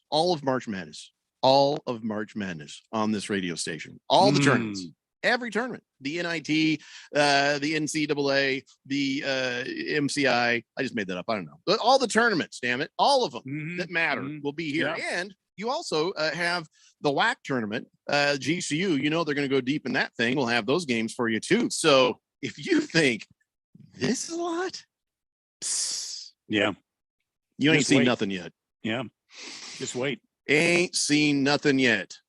As they say in the Bible, baby, you ain't seen nothing yet. I believe that was Bachman Turner Overdrive. Yeah, I know. That's what I said. They're in the Bible. No.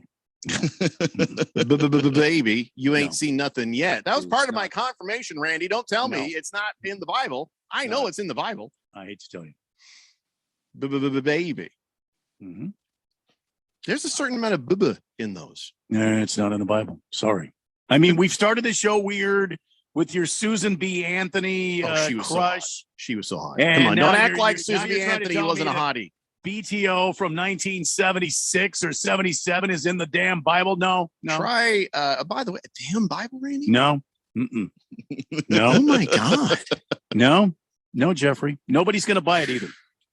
You're on water here. You're sinking. Let me help you. No, take my hand. Come back Jesus up to the boat. Who walked on water. No. I'm only quoting scripture of baby. You ain't seen nothing yet. Keon, voice of reason. I mean, one of the last lines in the Bible. Right after, I know it says not. To be it's continued. It's really not.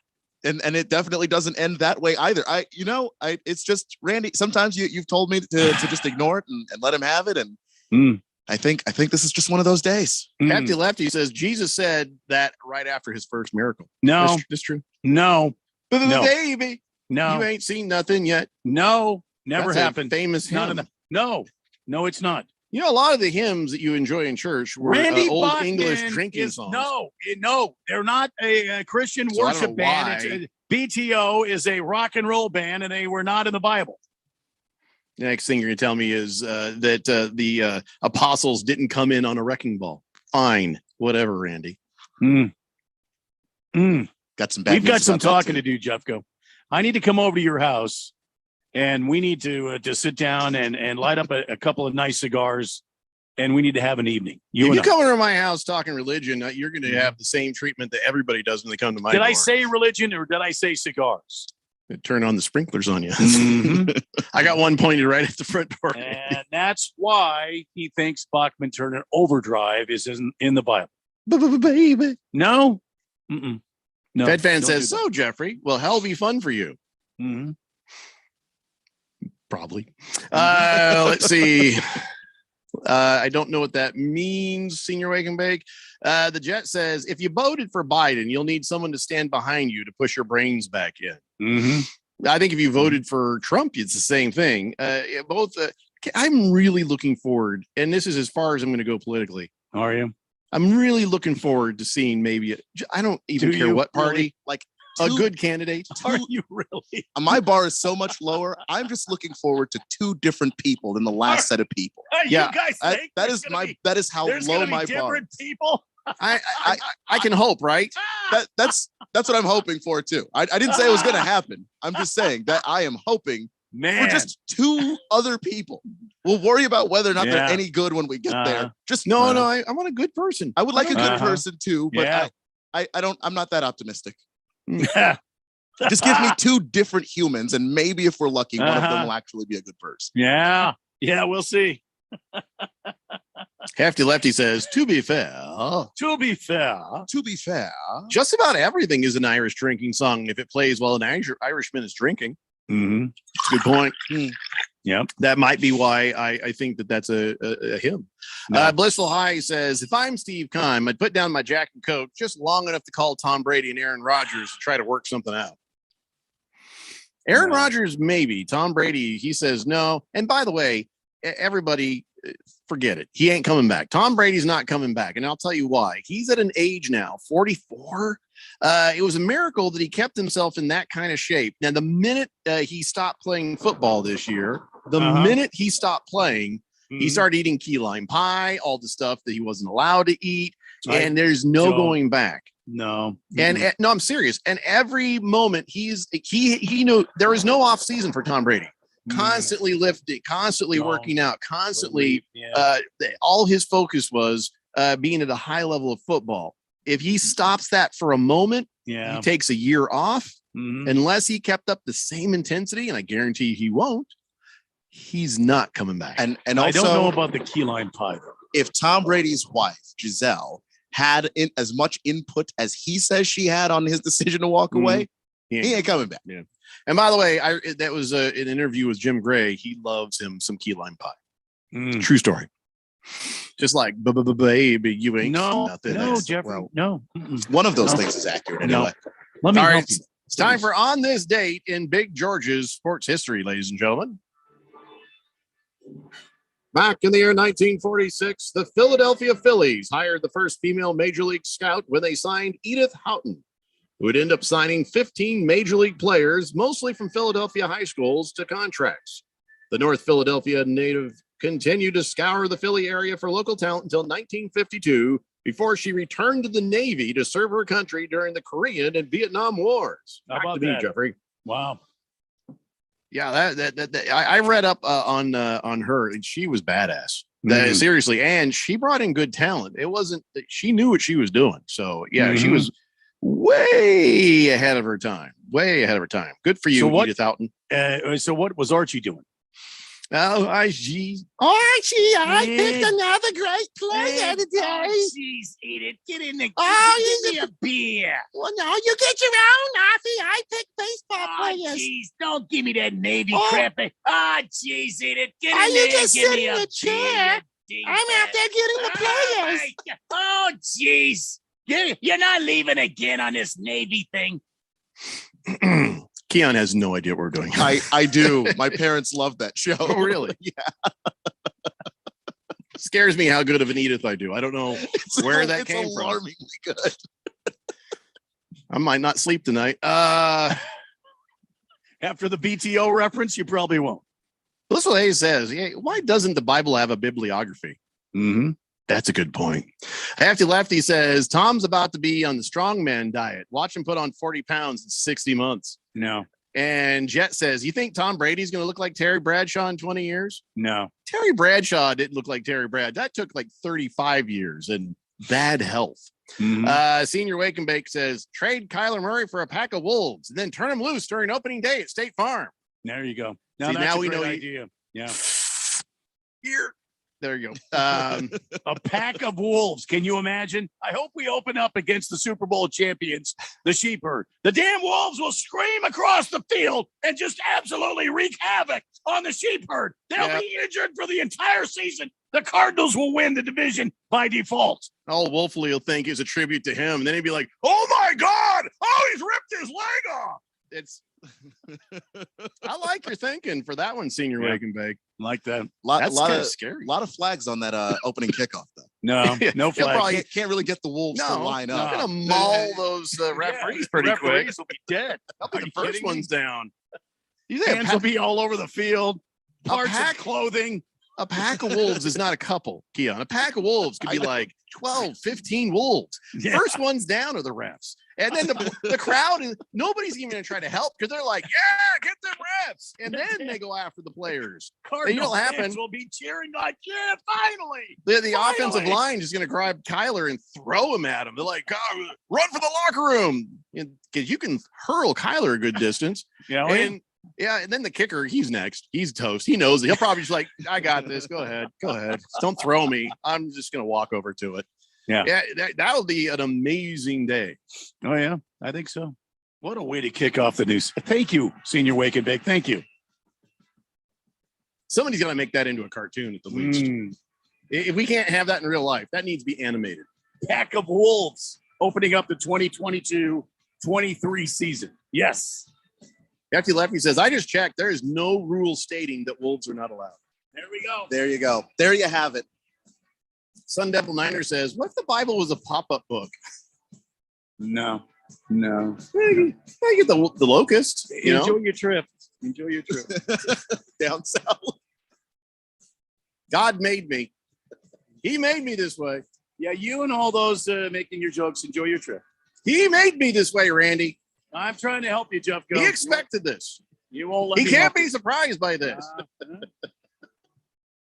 I have some questions for him too, though, by the way. So I bet you do. We're even.